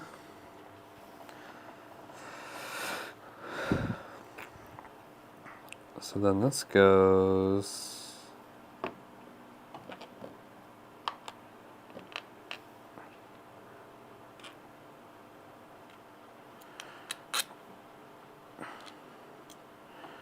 shim, bearing, bearing.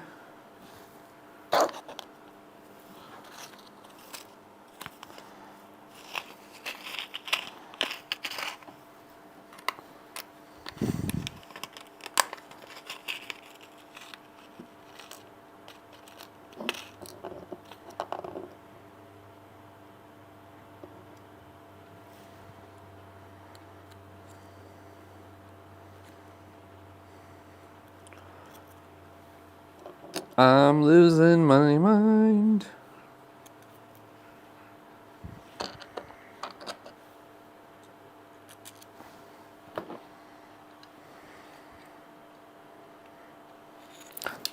Yep.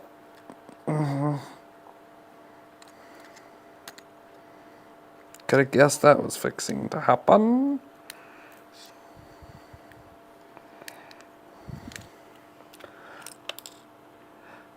Aw, rats. Okay.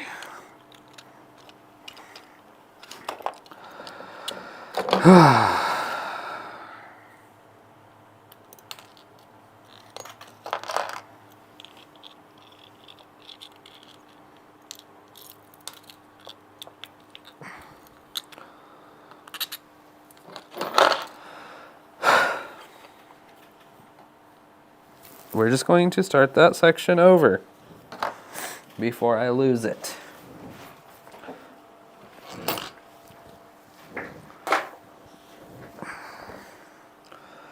Okay, so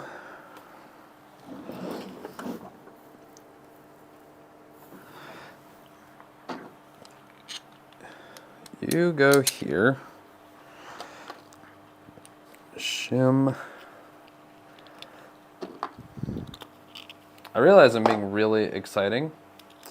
It's a little frustrating to have to go back so far, but at least we solved this before we had belts ran all the way.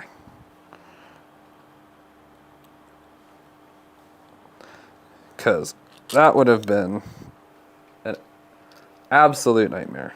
I agree, Mark. It definitely could have been worse. And we're trying to think a little bit more positively about the situation. because it isn't worse. It's only mediocre bad. But we haven't made a mistake yet that is unfixable. And that's what matters the most.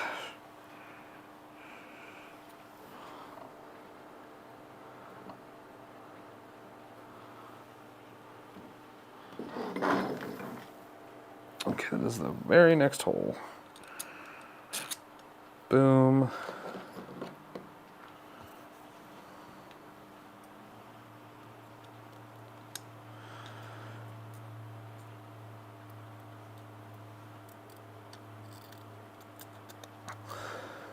Boom.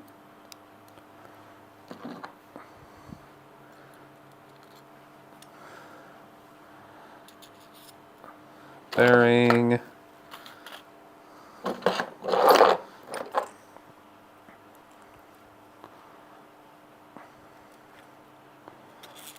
Bearing.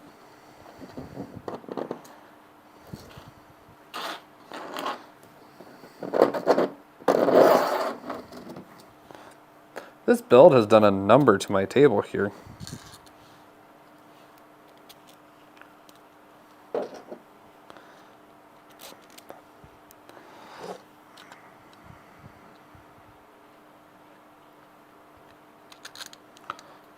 Perfect. And just like that, we have solved our problem. So now we can work on fixing our problem.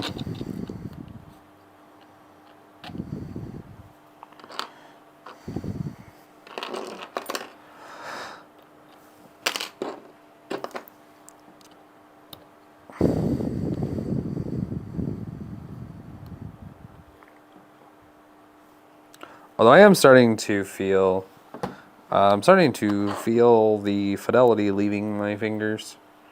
I don't know what the temperature is out here, but it is not warm.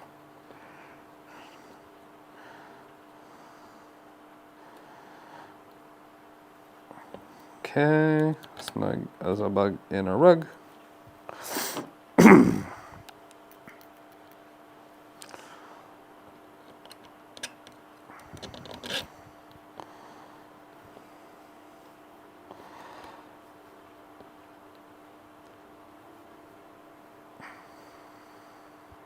Okay, snug.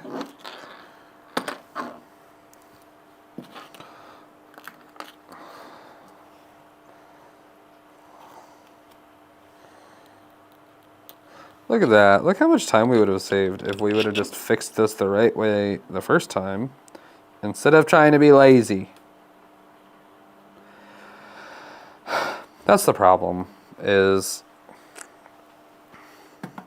I try to take shortcuts, and I think I'm making things better, and in all actuality, I am making them worse.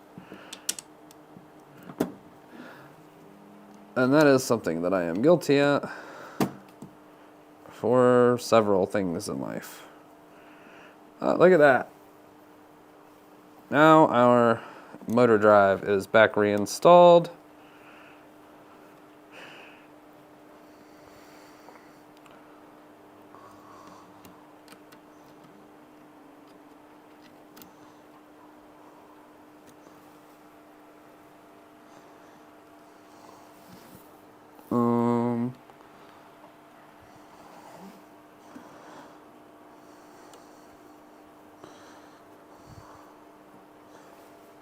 Okay, so that's snug.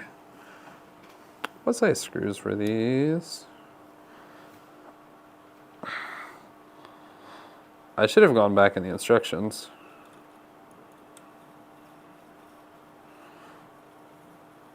Also long ones.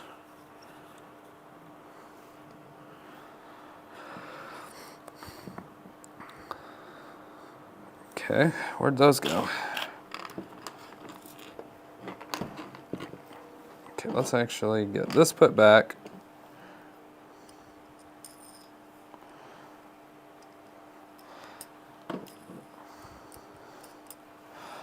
You know, I'm not sure.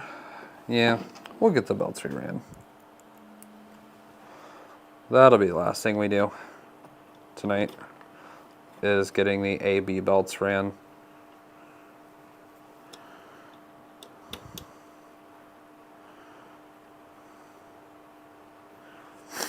All right, that's back in.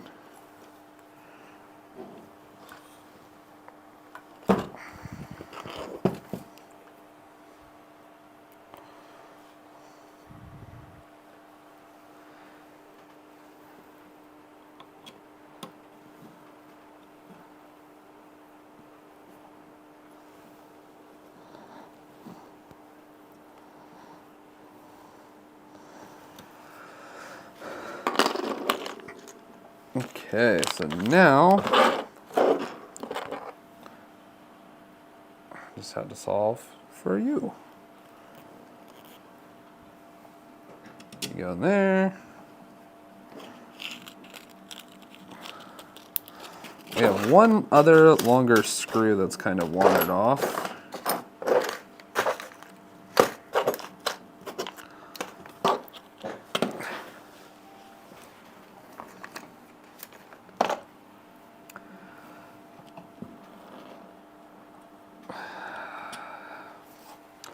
I'm sure it will turn out, but in the meantime, release 35s.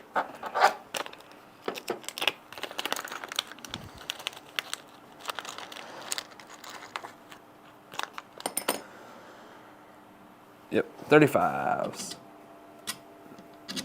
Oh my gosh.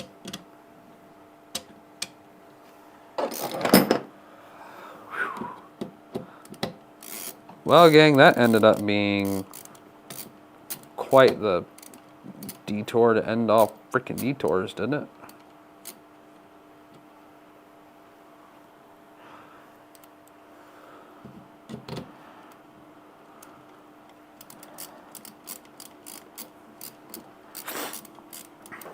How many people are still here hanging out, watching this fiasco unfold?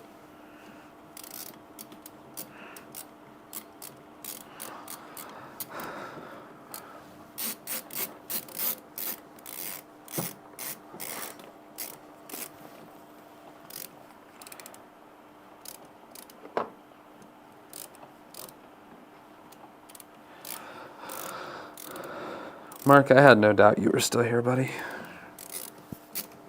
I had no doubt.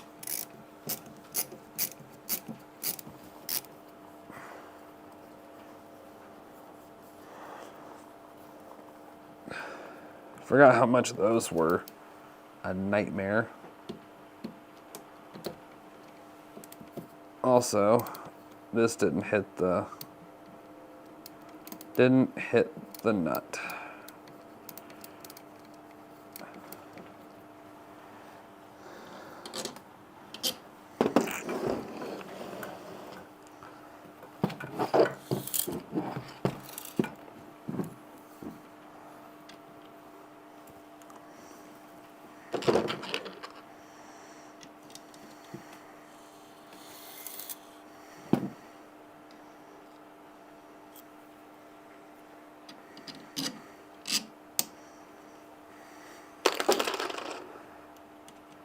Okay.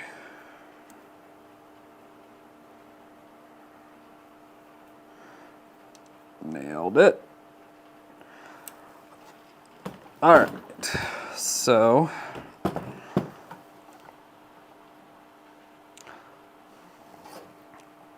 now that should be fixed. We're still missing an M3 by 35.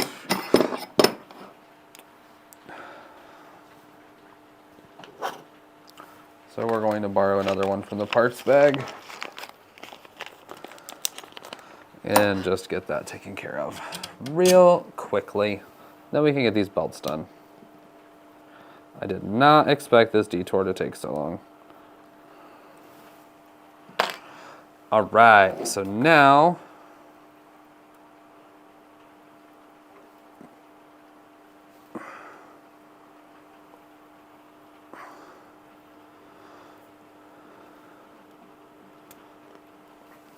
You know, I can't help but feel as though this might be actually easier without these in here.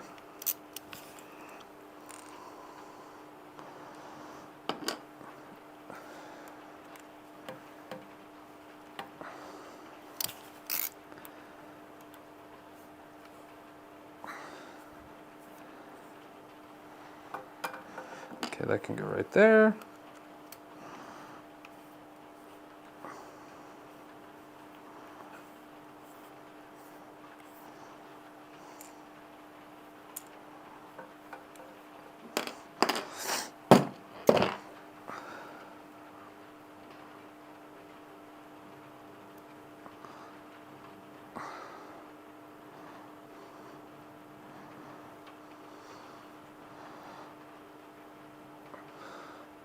Yes, my suspicion was correct. That was much easier without the little trap nut thing in there. All right.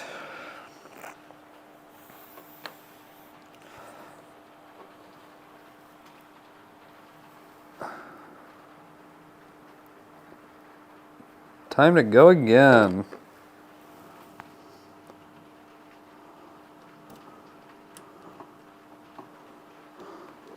All right, so now we are going to route the A belt, or B belt, or whichever. The other belt, we're routing the other belt now.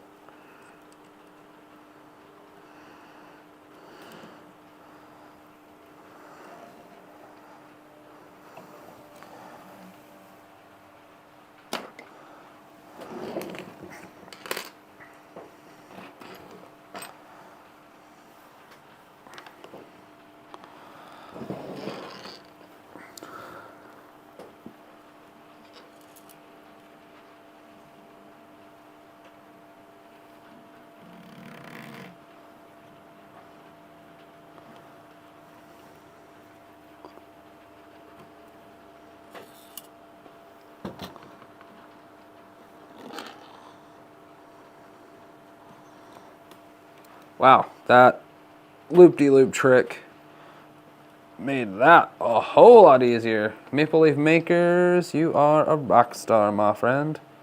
Much appreciated, man. Your little loopy-doop trick through the motors, man, holy cow, that made that so much easier.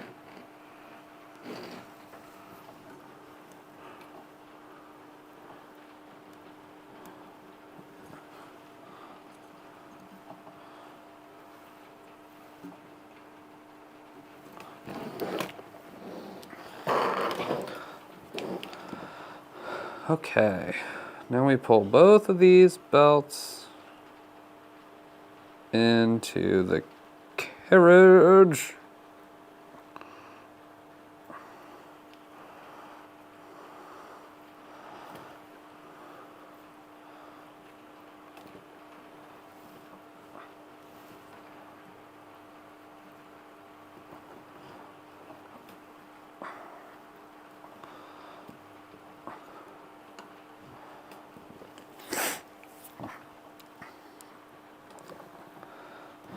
Also, I think that my theory about removing those T-nuts from out of here was actually pretty sound logic.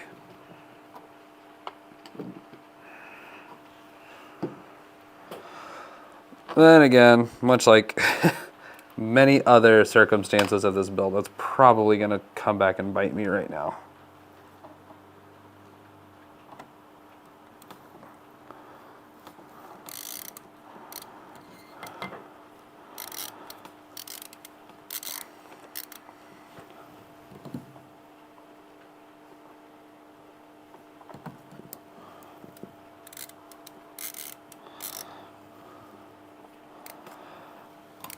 Or I was wrong about that.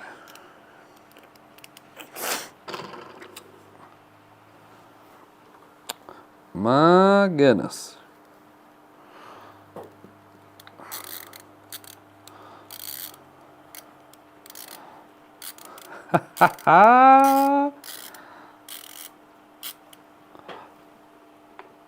Oh, I'm so stoked.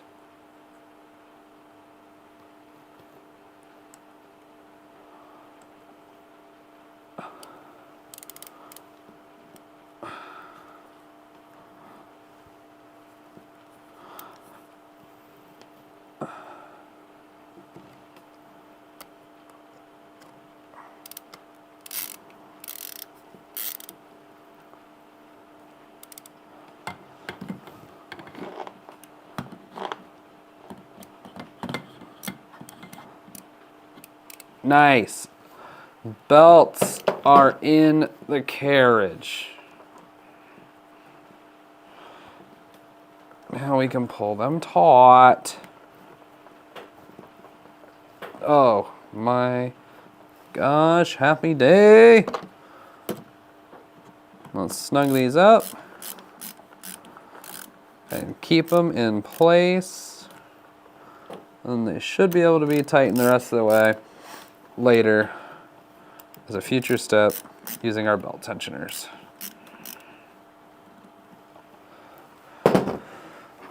Huh.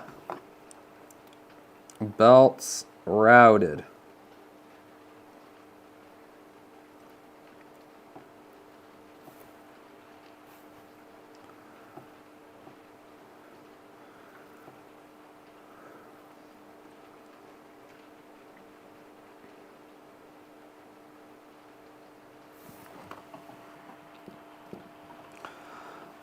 Actually,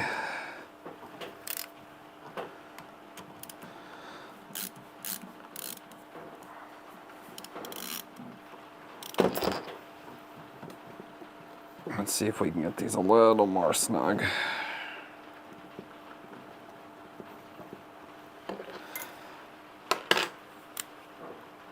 I just really want to be able to use as much of the tensioner as possible. Yep, those are snug as a bug in a rug. Tighten, tighten. All right, M2x6.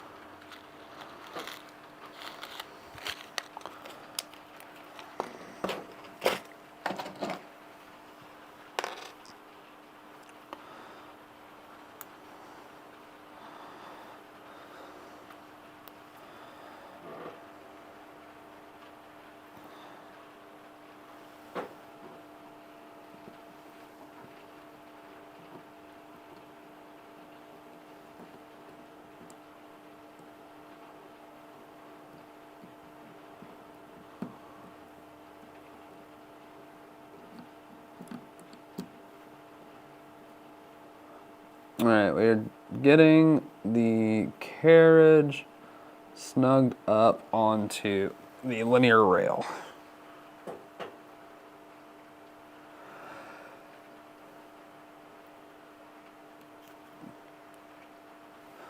Belt is off the idler at the back. Okay, we'll check that.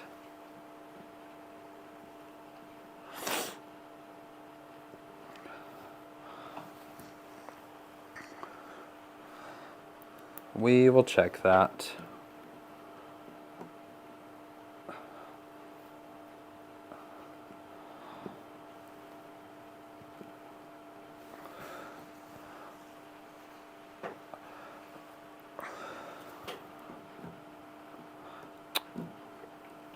When you guys are securing nuts or bolts in a square, do you do them corner to corner like when you're changing a car tire?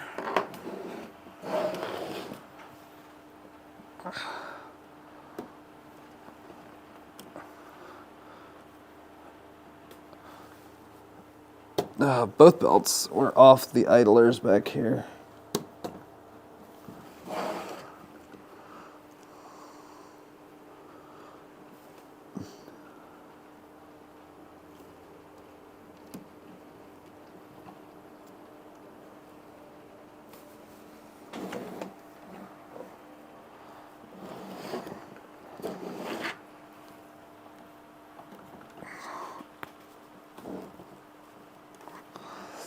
Actually, we had several issues happening in the back here.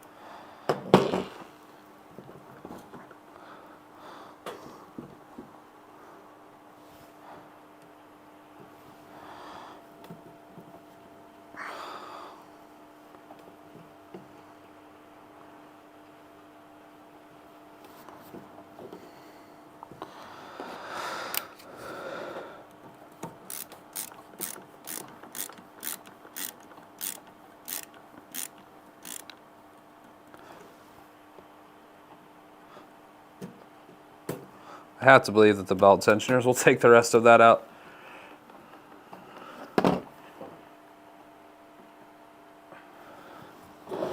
Let's see here.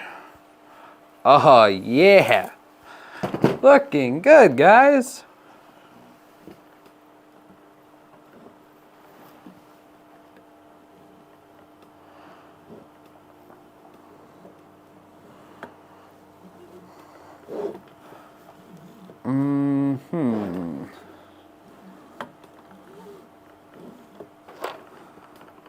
We have some belt racking happening.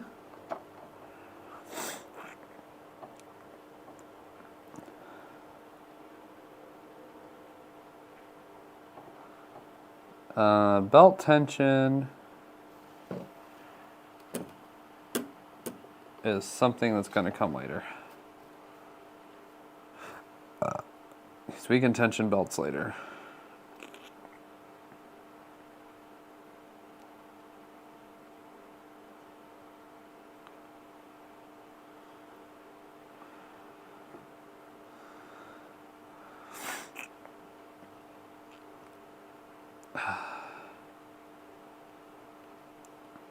All right. That is it for tonight. We made so much freaking progress.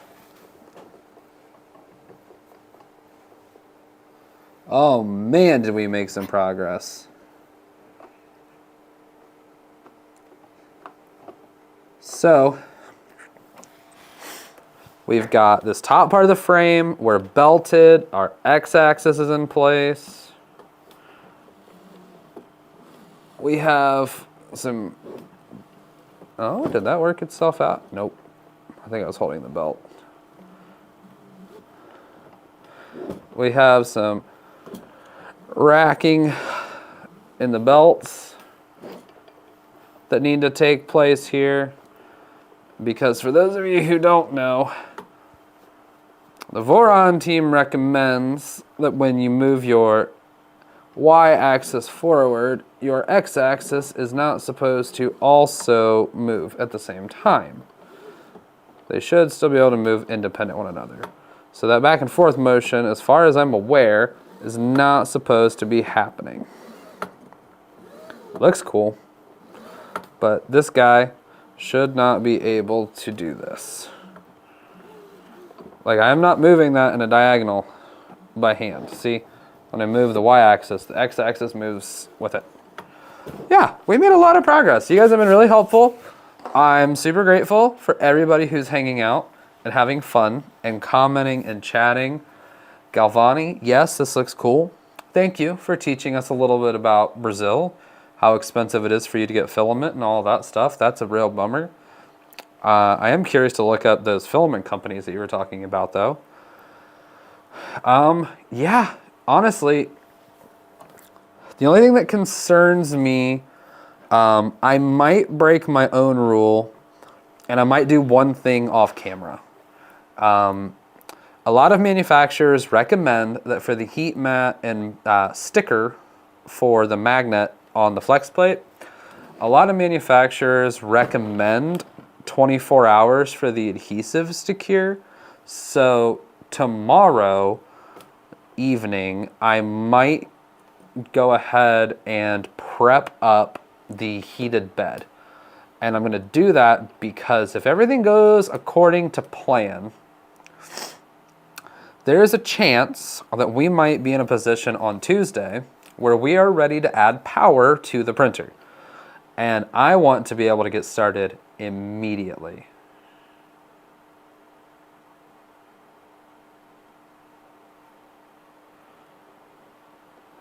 So I might go ahead and prep the bed, and that might be the one thing that I do off camera, just for time's sake. But, my friends,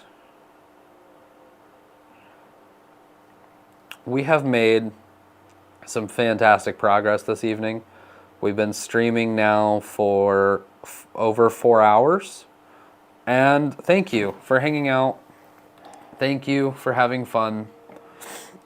And the game plan is, assuming nothing catastrophic happens, Tuesday night we might actually get an earlier start to try to get this knocked out. So let's plan on Tuesday at 7 p.m. Eastern, and we might be finishing Voron. Have a great night, and have a great